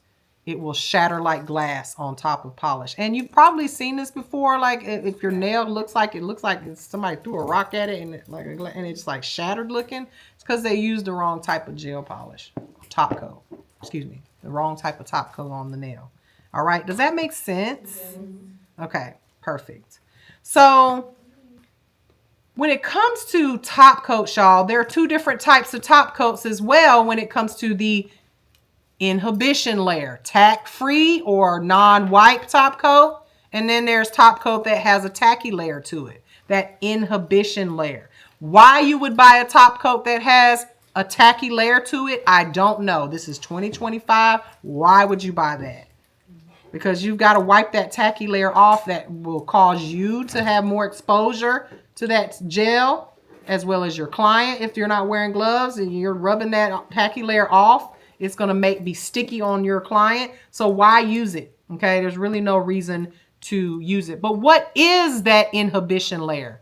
Because that happens with gel. You notice when you cure your polish, it's still sticky. Why? What is that? Leftover solid? It's the leftover uncured gel. Kind of like it rolls to the top almost, you could say. All right, that creates that tacky surface after the gel is cured. Okay, so we don't want to touch that with our bare hands. We don't want to rub it on our clients when we're wiping away our that tacky layer. We want to try to start from the nail and then rub out. Flip the cotton ball over or whatever, do it again, but never back and forth. You'll end up causing them to have overexposure, right? All right, so now let's talk about the different supplies that we need. Boom. Let me put that back on the screen. The different supplies that we need in order to do gel services. Because you've seen all these different brushes, right? They are not the same as acrylic brushes. Totally different, right? We would not do an acrylic nail, a gel nail with an acrylic brush. So you've seen these types of brushes before, right? Maybe they'll pop up in a second. They'll pop up in a second. There's a 20-second lag when it comes to YouTube. All right. Now, which I'm trying to make sure I'm a little distracted because I'm trying to find out why. Is this plugged into the back of my computer? It's not, is it? Yeah, it is. Why is it not? Get in there. Get in there. Okay. All right. So, boom, there they are. All right. So, the different things that you need in order to create gel nails. First of all, you're going to need a gel curing lamp. Duh, right? You need the lamp, whether it's going to be UV or LED. You're also going to need your application brush. You guys are going to get one today, which I need to get them out from the back. The yellow brushes, they're in the supply room whenever you want to grab them for however many we got. All right, so you got your application brushes. You got round ones, you got square ones, you got oval ones, you got long ones, you got all different types of gel brushes, okay? You pick your gel brush again like you pick your man. All right, you like them short and fat, you like them tall and skinny, it's whatever you like. Okay. All right. Now, let me turn this camera on. Oh. This would have been a horrible class today. Horrible. Horrible. So glad you made it today. You're going to need your base gel or bonder gel, right? You're going to need your primer if it calls for it. You're going to also need your finishing gel, building gel. You're going to need all of those things, just like when you're doing regular nail polish. You need your polish color if you're going to use polish. Okay, you need all of those things. You're also going to need either your nail tips and forms if you're doing tips and forms. Otherwise, you're doing an overlay, right? Then you're also going to need your cleanser. And what's a cleanser? Any of you guys used a cleanser before? Y'all seen it? Swipe. The blue stuff. Like, what is that? It's $12 just for a little tiny container of it. What is it? Food coloring and alcohol. It's alcohol. Okay, it's alcohol. That's what it is. It's alcohol. Blue. So here's my recipe, okay? If you guys want to make your own. So that you ain't got to pay all that money for the swipe. And I'm sorry. I'm so sorry. But that's unnecessary to purchase. All right. So 3 parts alcohol, 1 part acetone. Make your own. And that does not mean, so that when I say parts, what does that mean? If you're making a small batch, okay, 3 cups of alcohol, 1 cup of acetone. 3 tablespoons of alcohol, 1 tablespoon of acetone. Okay, make it equal whatever you're using. Okay, a little bit of math there. All right. So now you're going to need your files and buffers. Now here's the thing with gel. Okay, this is what I love about gel. It's a soft product to file. What do I mean by that? We don't need to use the electric file. You do not need, well, you can use an electric file, but when you are filing gel, if you are not careful, like if you build a nail out with builder gel, or whatever, and if you start filing that nail with an abrasive file, meaning like an 80 grit file, you will file it in 1 stroke, it'll be gone. It is, so you know how we say secret deodorant strong enough for a man, but pH balance for a woman? Or am I telling my age? Remember the commercials used to say that? It was strong enough for a man. So just because something is strong does not mean it's soft. It's not soft, right? So gel is strong. It is just as strong as acrylic, but it is very soft when it comes to filing. You don't need to be aggressive, okay? Damn it. You got to be like this. Wow. You can't sneak up on no fly. They got eyes all around their head. Okay. Now, someone said here, I use alcohol only. Hold on.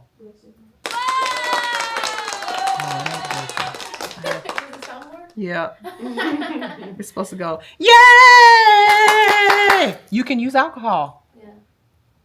But the cleanser, if you want to get that good squeaky shine, put a little alcohol in it. Try my recipe. Try it. You're welcome. All right. Now, lint-free wipes. You're going to want gel and lint do not go together. Lint is a nail tech's worst enemy, okay? We do not want to deal with lint if we can possibly help it, okay? So, I don't know why didn't it work? I really wanted it to work. I wanted it to go, yay! Damn. Let me try it again. There it went. I didn't press it hard enough. All right. Yeah, I'm really trying. I'm really, really working with this like a production thing. Okay. So lint-free wipes. All right. Now, let's get to how you store gel because this is very important. Number 1, because my gel is in the worst place ever. It should not be over there. It should not be over there. And why is that? Because we should be storing our gel a certain type of way. All right. So here's a little story. I bought a bunch of gels from Mr. Johnny one time. And like 3 out of 5 of them were in the bottle. When I opened the bottle, the gel brush was like bent and like lint, and the gel was cured. Like it was like hard. And I went back and so don't ever do this. Don't go back because they're not going to give you your money back. Check your gel when you buy it. Okay, check it. Because you can't see through the bottle. You don't know what that gel's been through. Mr. Johnny. And he my friend now. He was like, I said, can you give me a new one? He was like, you must have left it in your car. I was like, no. I did though. But I know that didn't happen from overnight in the car. I went to the gas station right across, and I went to look at the color, and it was like stringy. Yeah, you got to check the gel. Check the gel. Sometimes they will not take it back. But when we're storing our gel, first of all, gels need to be stored in either a cabinet, okay, like like the drawers they're perfect for gel. It fits perfect in here. If you got regular standard size, y'all get there's another fly swatter. Somebody, y'all, I know y'all can kill some flies. I'm good at it. I don't know what Shayla doing. She's over here trying to sneak up on the fly. Don't you know they got 1 million eyeballs? They saw you. So they got to be stored in a cabinet and protected from heat and light. Okay? Heat and light and cold. Really, really cold, because gel, when it gets really, really cold, it ain't going to move. It won't run. You know, for those of you that, especially for those that live in colder climates, all right? Most of the time, we don't leave the heat. I don't leave the heat on in this building when we're not here, because ain't nobody got money for that, okay? It's for what? So sometimes when you come in here in the morning, it's cold, all right? And that gel, your gel may not flow the way you want it to, because it has gotten cold overnight. And here's something that a lot of nail techs do, and you should not be doing this. Do not put your gel in the microwave. Do not put your gel in well, I've heard stories of that, but here's one that a lot of people do. I said do. This is what a lot of people actually do, okay? They will take like with those warming, candle warmers, right? And put their gel in a candle warmer with, so that it can get warm. You guys, this is a chemical. Do you want to make a bomb? I'm not saying that it's going to blow up or anything, but you are changing the chemistry of the product, and it may or may not cure the way you want it to after that. Okay? So keep that in mind. Keep that in mind. All right. Now, you need to also keep your brushes out of the light. Now, you guys probably don't realize this, but those are LED lights that you're using above your... Get the other fly swatter. It's right there on the side of the desk. Because I know Jocelyn gonna kill it. She is annoyed by that thing. So your brushes, this is what I actually did the other day when I was doing my nails. Okay, and I catch you guys doing this all the time, and I'll be like, ooh, she better not ask me for another gel brush. Okay, so you see how your lights, because you're working on yourself and you're working on these mannequin hands. So you got the light pointed towards you, instead of when the client's in front of you, you got it pointed towards them. So when you get ready to do your own nails or you're working on your mannequin hand, you've got the light turned this way. You turn it on and the light is facing you and your pot of gel and your gel brush that you're laying on the table right in front of you. And next thing you know, you're like, Miss Mary, my brush is hard. Yep, because you cured it. You don't have that problem when the light's turned this way and your client's putting their hand in there. The light's not facing you. So you people, please be very careful and mindful of where your lamp is. Even when I'm doing my own nails, I have my light away from me. Yes, she got it. And did it splat all over my nail lamp though? Oh, no. Okay. That was a good kill. That was a one-hitter quitter. She said. Pow! And she did what I told her to do, didn't she? So make sure your lamp is not facing your product, okay? I had mine, just wasn't thinking, had mine laying like this, and I laid my brush down, and my little nice expensive little liner brush just hard as a brick. And remember, this is hard gel. You can't file off the gel off of a brush, okay? So if it's gel polish, maybe you can soak it, right? But if it's hard gel or builder gel, not happening, okay? All right. So keep your gel, the top of your gel closed too. Now, here's what I do with my gel, and you guys probably need to start doing this, okay? When I open up a new Bling Bond, which this is a brand new one. Where's my other one? When I open any new gel that is here, let me think I have one in here. Because I definitely do it with my gels. All right. I don't take that completely off. This is even too much. If it's something that you literally dip in, like for your bling or whatever, and you dip in it, or your 3D gel, and you don't scoop it out, you're just dipping in it, make a little hole and dip in it, because this light will cure your gel. It will cure it. I have a little story one time because you remember when I was in the suites, right? I was in the front and I had a big glass window. And you know, it's really pretty at dusk. You know, the sun starts to move. You know how you've ever noticed, and there's like a streak of light. And the streak of light was like way over here. And I'm doing nails, and then, you know, the streak of light's moving. And then I had my pot open, and the streak of light went across my pot. And when I went to go into the pot after the streak of light passed over my pot, I was like, oh hell, it was like a ice skating rink on top. And I had to scoop that top layer off and throw it away. Half of my $60 pot of gel, because I was using Vetro gel at the time, I had to throw it away. The sun will cure your gel. So luckily this wall over here, the sun doesn't ever hit it, like directly. But if your gels and you're storing them in a way in which the sun can hit it, you're going to run into a problem. You're going to run into a problem. So you want to be careful, be mindful of that. Okay. So don't have your gel where the light can hit it. All right. We talked about our heat spikes.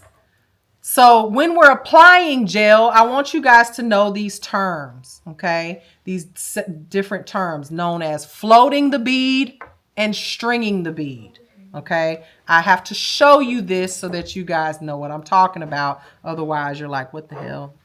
But there is a term called floating the bead and stringing the bead, all right? Again, I will show you, but you can see in this picture when it pops up on the screen that this particular person that is doing this nail is floating the bead, all right? When we apply gel, we do not lay it like acrylic, okay? We pick it up, it's a liquid, and it stays that way. So we have to apply the gel in a way where the brush is literally just our guide. It is not going to be doing anything but guiding the gel where you want it to go. Okay? So you may want to write this down. This is something you may want to remember. Gel goes where gel is. What do I mean by that? Gel goes where gel is. So this is why gel is so much more forgiving. When you're using gel, okay, when you first apply that first base, you got to be very careful where you apply it, because if you get it on the skin, hopefully this will work. If you get it on the skin and then you cure it, now you've got gel on the skin, right? This base layer. Well, when you go to lay your next layer, your gel, the next layer of gel is going to, remember self-level, it's going to float right over to where you laid that gel, the first layer. Okay? So it's very important that we are applying our gel exactly where we want it to go, because gel goes where gel is. All right? Very, very, very, very important for you guys to know. All right. I'm trying to, and that is, I don't know why it's not my camera. My camera.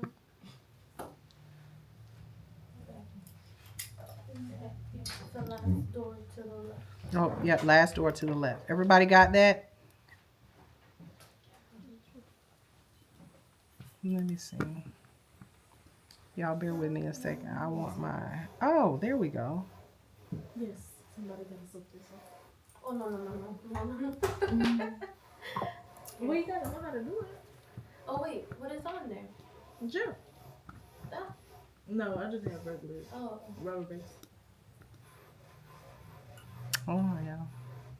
I'm like, why is my camera not showing up? Picture settings. I need y'all to be able to see my camera.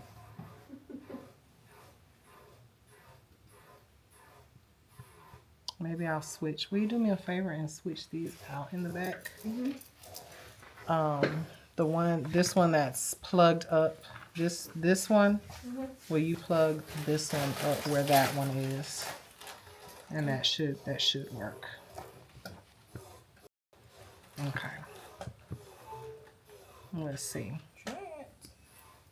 We'll see. That's what I get for trying something new. It's just showing up black. I want it to show up black. Okay. Do you have? Oh shit! Sorry. You have the camera on? It shouldn't be on the camera. It should be a virtual camera, but try putting it on the camera and see what it does. It's on. Hold on, let me try. It's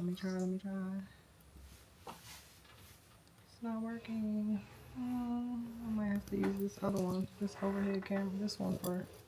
It'll be fine. This will work. We'll do it. We'll work around it. All right. So, removing gels again. We are going to be filing it off. Must be filed off. So I recommend that you guys keep a very thin layer of the product on the nail. A very thin layer. So that way you're not filing down to the client's natural nail. You never really know. Now I can tell when you hit the natural nail, but once you hit the natural nail, then you have taken layers of the nail off, right? Once you hit the natural nail. So you want to try to avoid that at all costs. We want to try to preserve the natural nail at all costs. Okay, so soft gels, we're going to use acetone or a product remover depending on the product. Okay, now when are we going to decide to use gel versus regular lacquer? When are we going to make that decision? How do we choose? Because some clients, a lot of times, y'all ever had a client and you like, what kind of net? I don't know. Well, do you want polygel? Do you want acrogel? Do you want hard gel? Do you want acrylic? And they like, I don't know. Do you want gel X? I don't know. Right.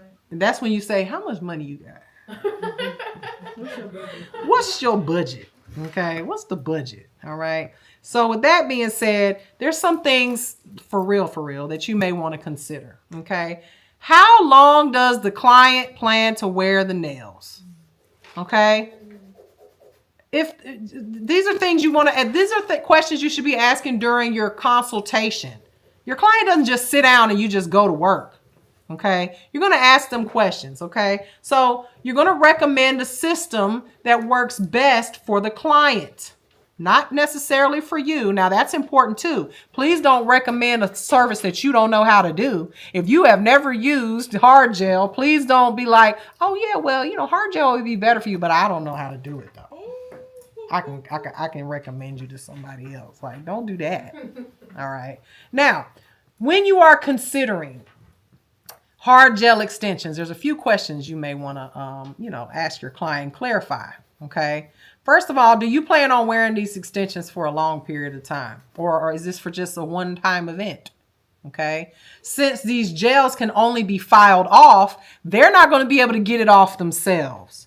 And you know that you're always going to have that one client that's like, oh, I don't wear nails because I'm a nurse, but I'm going to this, nursing event party or whatever. And I want my nails done, blah, blah, blah. And then you do their nails and then they peel them off and their nails are destroyed. Okay. So since they have to be filed off, it's probably not a best choice for short-term wear. Okay. Now, also, what length does your client want? Because you're going to get those clients that say, I want hard gel. And you're like, but why? And they're like, I don't know. My girlfriend gets it done. She loves them. Okay. Whatever she did. but her girlfriend gets super long nails and you can only get an overlay. Why not just get a gel manicure if that's the case, right? I'm wearing one, a gel manicure. My nails are growing just with this product. So what length does the client want? If they want to extend the edge of the nail, okay, if it's going to be longer than the nail bed, then you're going to want to choose a stronger product, one that maybe won't break if they're not going to be wanting to wear these for long, like acrylic, because they can soak that off at home too, okay, easier to get off. Now, does your client often have lifting? This is a big one. If you have a client that you know all of your other clients do not have issues with lifting at all, okay, but she's just the one that always has lifting, what are you going to choose for this client? Well, I often will recommend a gel service with that client, because what did I tell you guys in the beginning about gel being much better with adhesion, okay? I don't know what it is. Maybe it's the stickiness or whatever. It's just something about gel. It's just got a better chance of it not lifting, okay? And consider this as well. Remember what I said about porosity. Clients that have their hands in water a lot. What type of clients are those? That have their hands in water all day long. Dishwasher. Well, dishwashers, yeah. But most of the time, they're not nail girlies. How about hairstylists? How about hairstylists? They're washing hair all day long. Or even a nurse who washed their hands 3 times with one patient. Okay, and they want a gel manicure or something like that if they're allowed to wear them. All right? All right? Huh? I said you as the nail tech. Promise you'll appreciate a good gel nail over an acrylic nail when you start playing with it, okay? So these are questions you may want to ask yourself when it comes to gel. And then one that's not up here, how much money you got? Look, Jazz said, that's my number one question. Because if you tell me you don't have enough, this is all I got. Well, baby, you want all them designs too? Oh, you might need some acrylic today. Well, Gel-X or something cheaper. There's other options.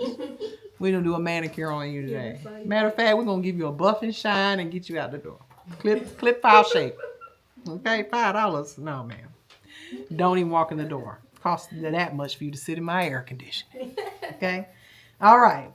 Now, gel polish, also gel polish. And this is why I do not recommend that you put gel polish on everybody's toes.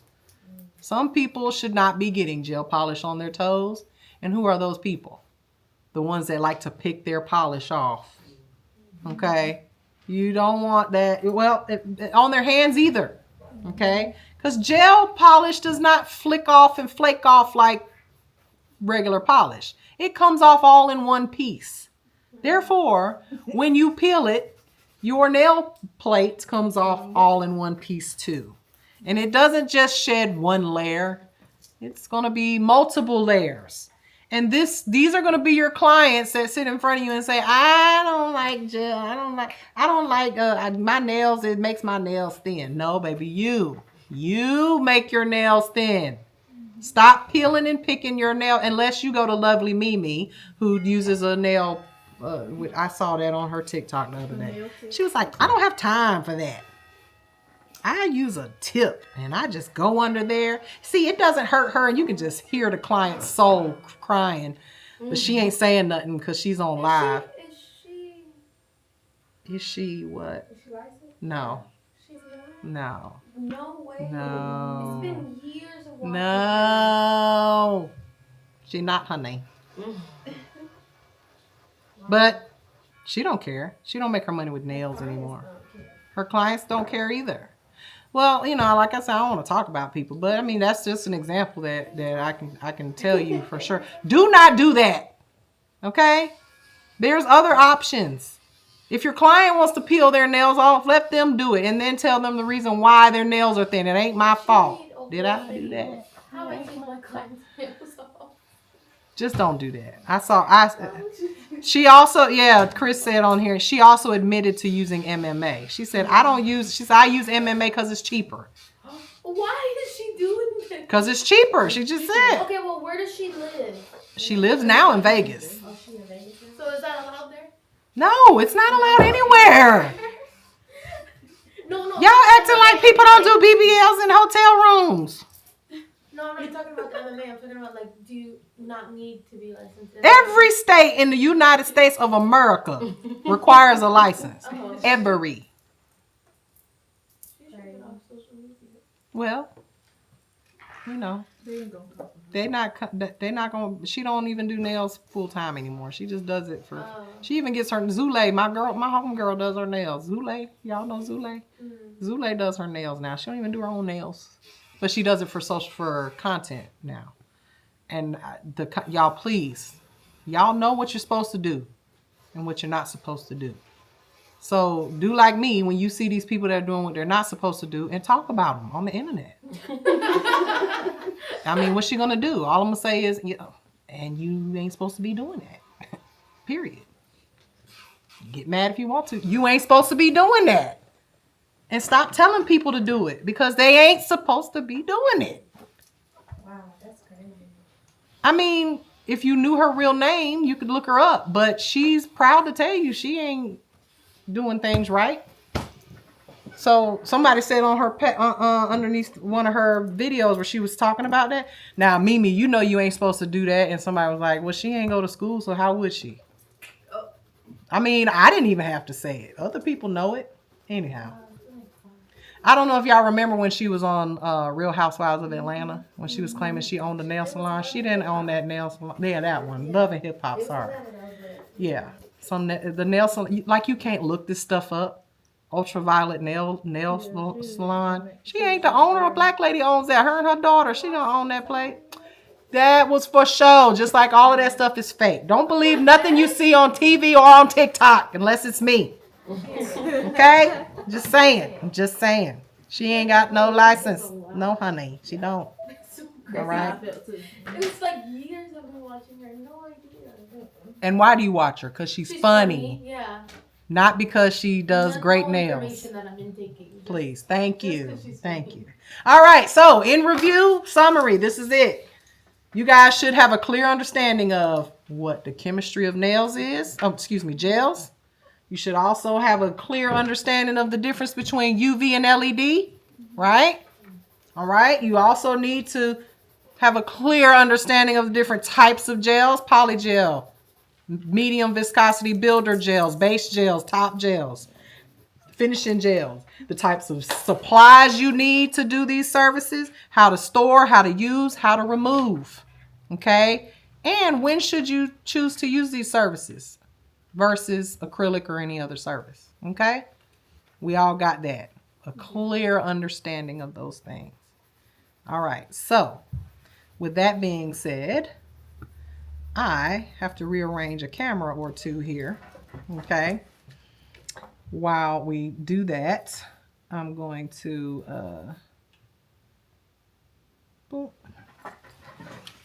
move this really quickly. I have no idea why. I guess maybe because I was moving too fast this morning. And I'm just going to change this out. No worries.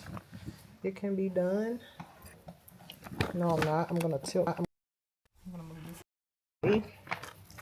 Will you take and monitor? Sure. I'm going to put here. Flip this. You guys can see what I'm doing. That should do it. Tell me when you can see the table. Nothing yet. Oh. Maybe I unplugged. I must click it and then hit the Osmo camera. That should do it. Because I totally probably just disconnected it. Yeah, I only see overhead camera, FaceTime camera, and your phone. Well, why would it disconnect?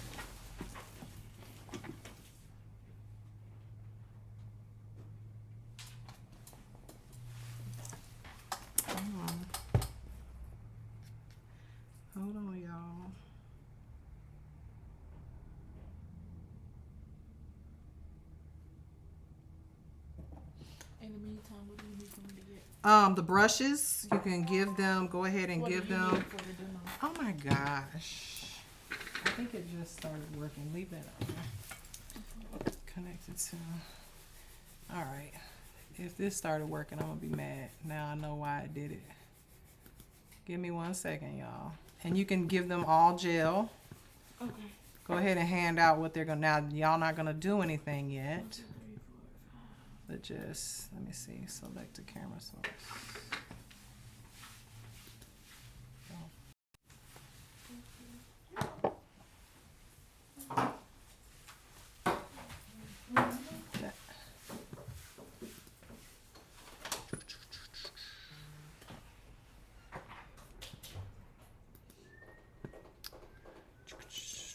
Bear with me.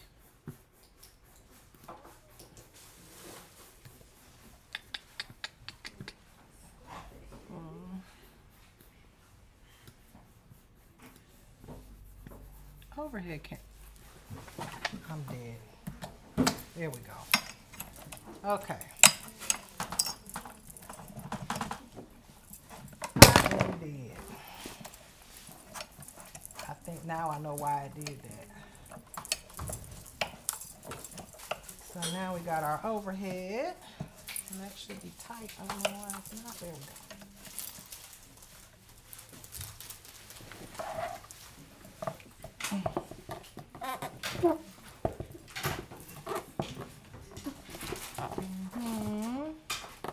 Perfect, perfect. Okay.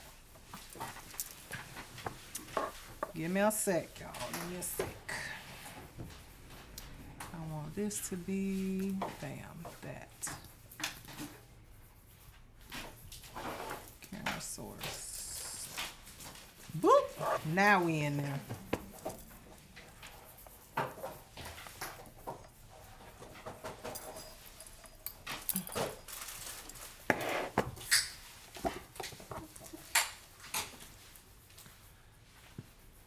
Okay. And then I can do this. You gotta put it on.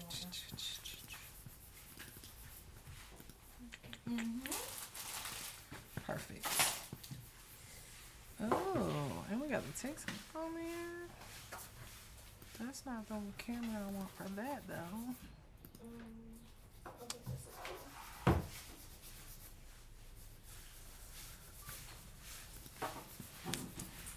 Okay.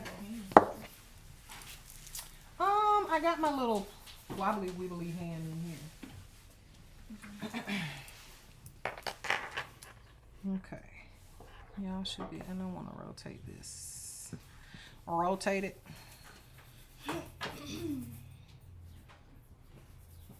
Okay. Y'all can't see me overhead, right? Yeah. It's gonna. Okay, it's gonna like give it a few seconds. It should flip. Okay.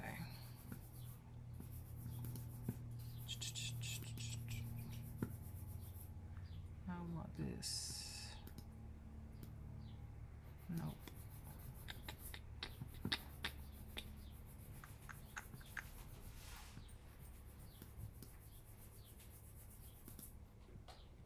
Window. There we go. Now I can flip it. Zoom in. And then rotate. Not mirror.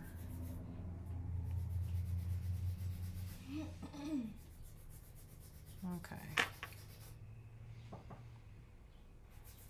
So what you have in front of you guys should be a gel, which this is a hard gel, and everybody's also going to need a lamp.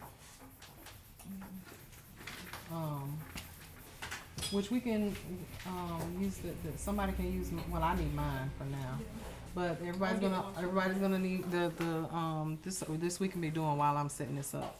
They're gonna need. I need that. Everybody needs a lamp, which they're all plugged up back there, and they're gonna need a cord. So everybody can go ahead and plug their own cord up if you need to.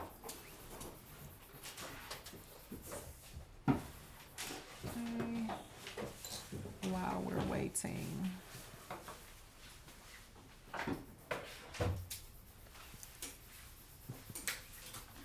Oh, I know what. That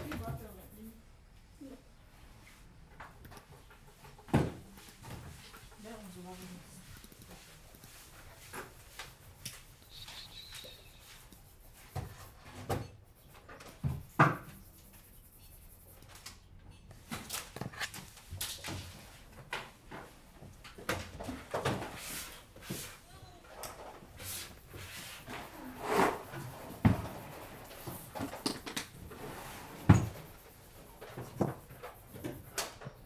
I can close that.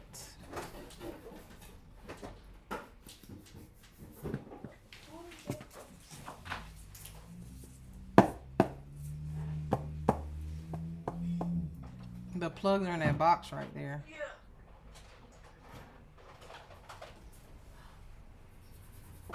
The extension cords. All right, so y'all watch. You're gonna watch me first, okay? So when you are getting ready to do gel, okay, on a client, it's the same prep that we would do on a acrylic nail, okay? We still have to do our, what do we do first? Remember what we do first? What do we do first? Nope. They walk in, you're just going to sit them down and buff their nails. What are we going to do? Wash their hands, wash your hands, wash the client's hands. Why is that important? To remove anything that they may have touched or Which, most importantly, the oils off of the nail plate, right? Because our dehydrator and primer and all that stuff is not going to remove oil, all right? So we need to go ahead and remove all of that off of the client's nails by washing their hands, all right? Then, after we wash their hands, we're going to do a dry manicure, which is going to be pushing the cuticles back. And why would we want to do a dry manicure if we can avoid it versus a water manicure? Why would we want to do that? Because the water manicure is gonna weak the nail plate. Water manicure is going to do what? Weaken it? Yes. Well, it will make it more flexible, but what is the more important reason why we wouldn't want to? What is the more? The oil? No. The natural oil off? Y'all help her out. What's the reason why? What is the reason why Girl, help me. we don't, what does water do to a nail? Soft. It makes it soft, but what is the water also? It's in the nail plate. So now you got a wet nail. So if you take acrylic and put acrylic on top of a nail or gel on top of a nail that is wet, what's going to happen? It's not gonna More than likely, what are you going to get? What else? Y'all remember this from the infection? Called what? Not necessarily an infection, but what can we end up getting? A greenie, y'all. Green nails, molds. Okay, we don't want wet nails. All right. If we can keep water out of the nail as much as possible, that's good, right? Why use dehydrator on a nail that you just soaked in water? How about don't soak it in water? And then you won't have to worry about the dehydrator as much, right? So, of course, we're going to dehydrate the nail, obviously. But maybe if I turned that, would have made it much easier. Okay. So, with that being said, we don't necessarily... Now, if you have to use water, because why would we do a wet manicure? If we had to do it, why would we do it? Let's just, what if the client ain't never had their nails done and their cuticles are just like stuck down on the nail plate, just to prevent from hurting the client? We might have to do a wet manicure, but we want to make sure that that client's nails are completely dried out, okay, so that we're not causing the client to end up having a greenie, okay? All right. Let me move this out. This would just make sure everybody's lamp is working. It'll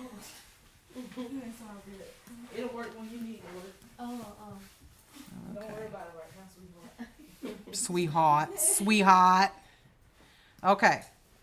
All right. So once we push back the cuticle, which I'm going to, pretend that I'm pushing back the cuticle here.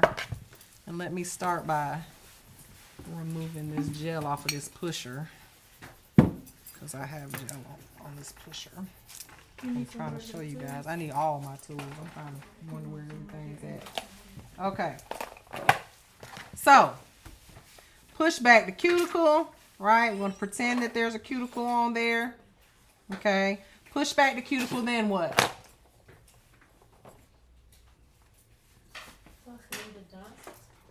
You ain't even made no dust yet. No. Buff, right? We're going to buff the nail plate. So the reason why we buff the nail plate instead of taking e-file to the nail plate is why? Not to damage the nail plate. We don't want to damage the nail plate. We don't need to take a e-file and put it directly on the natural nail.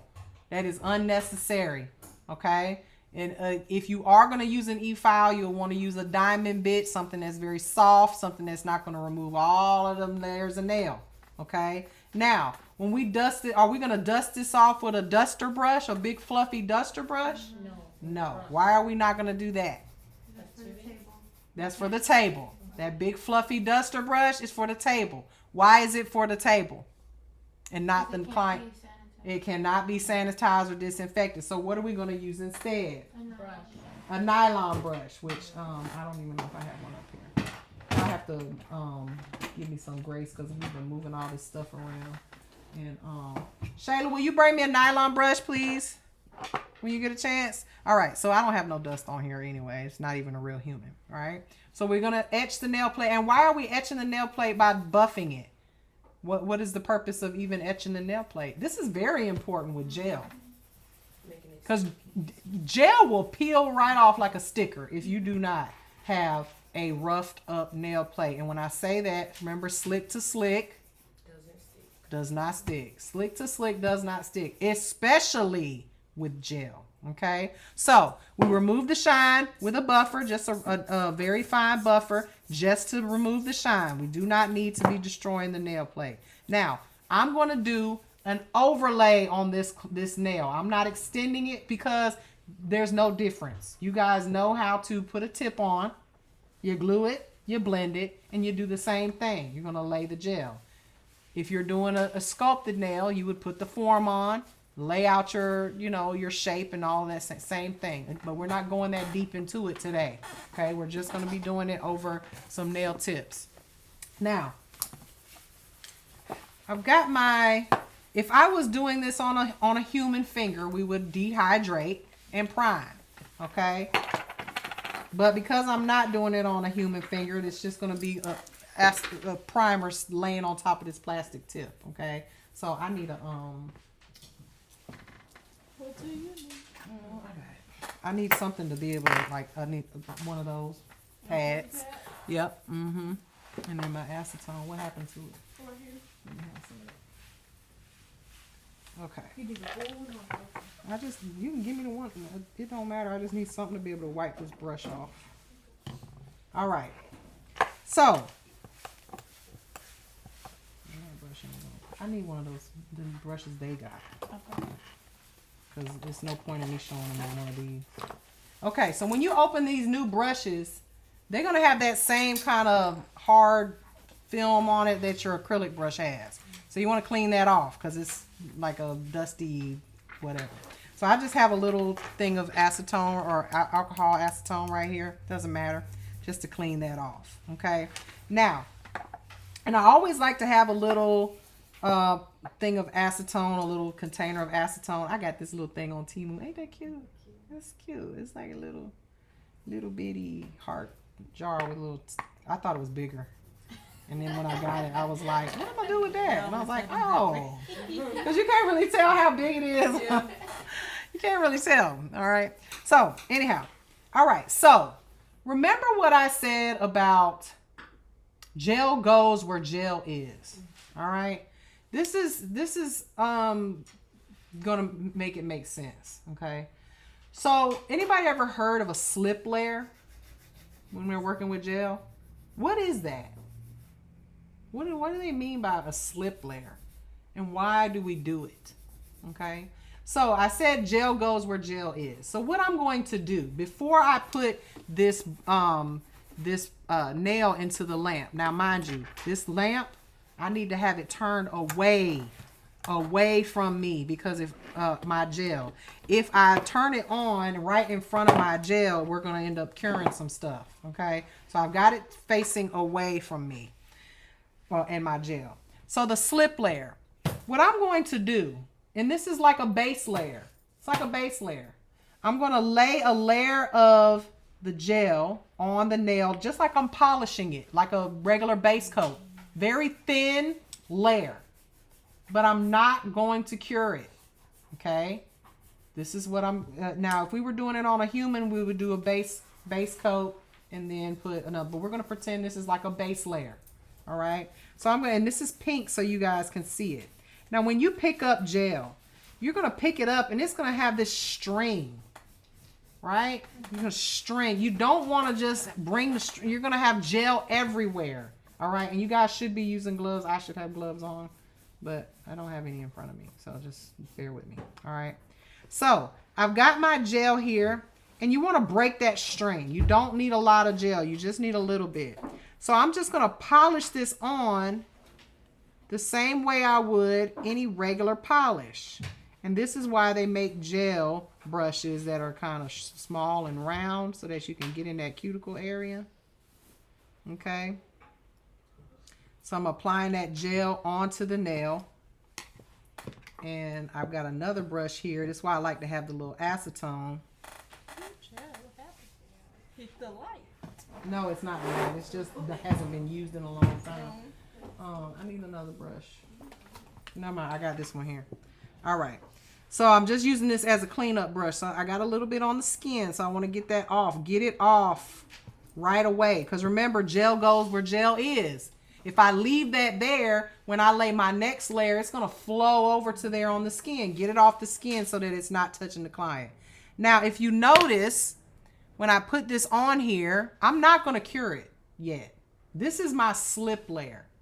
Okay, so for instance, if I make a puddle of water on the floor, just a puddle of water, if I take another puddle and put it right beside it, they're not touching.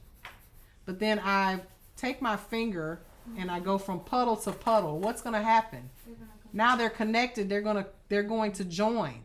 Okay, so this is the same premise. Gel goes where gel is. Water is going to go where the lowest point where water is, right?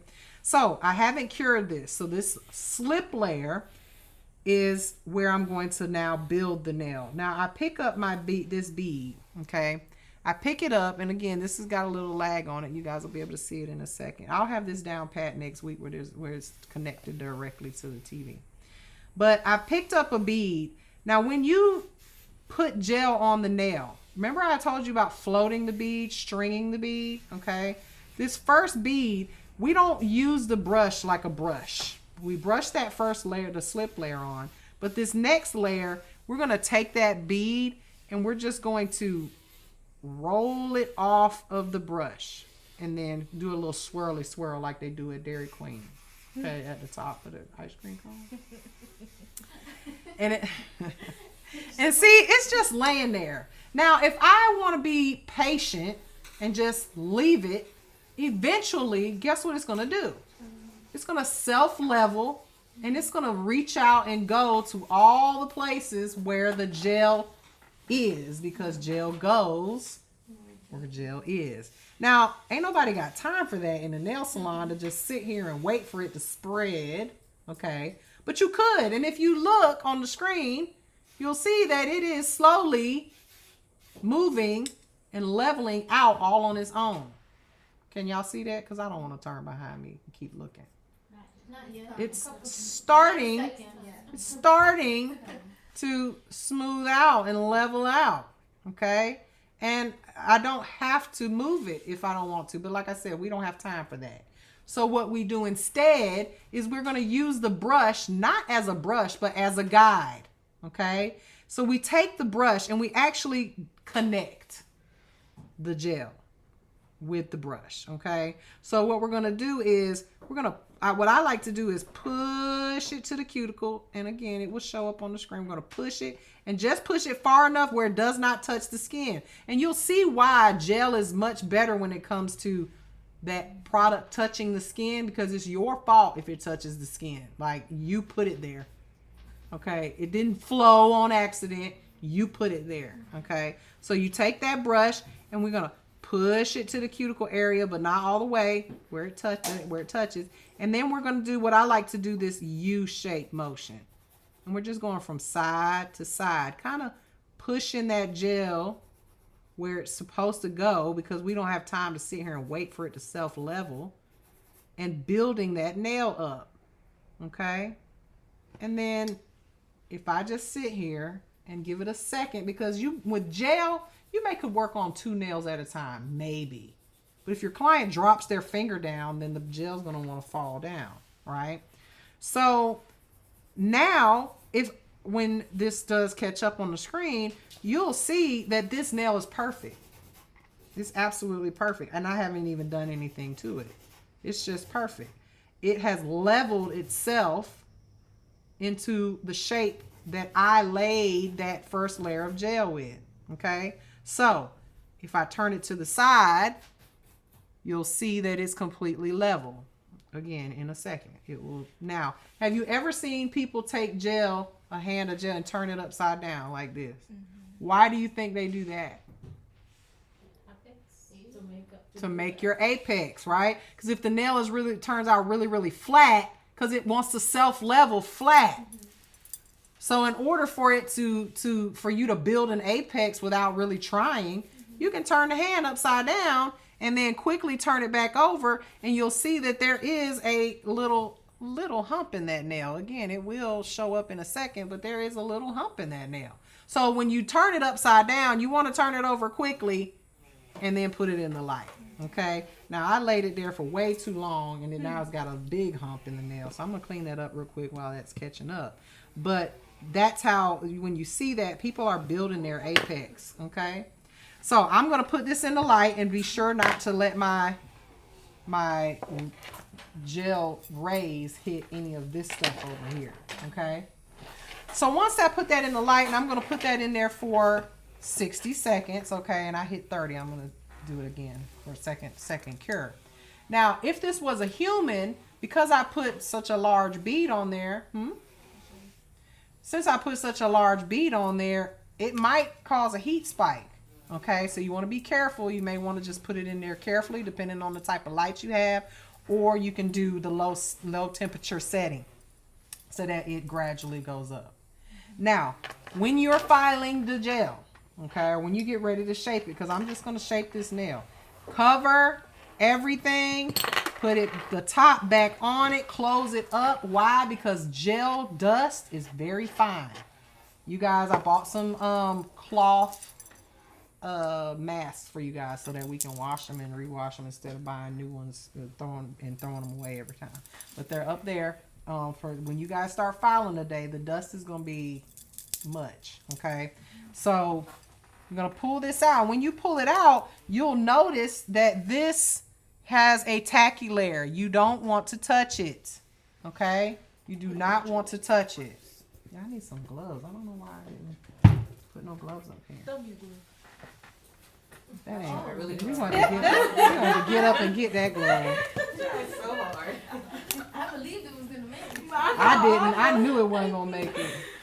All right. I just need one. Okay. Lord, I got these big ass rings on. Okay. Put your gloves on, y'all. And we're going to take the acetone or alcohol, whichever one you using. Everybody's going to need alcohol and acetone too. All right. And then wipe away the tacky layer, okay, and wipe down.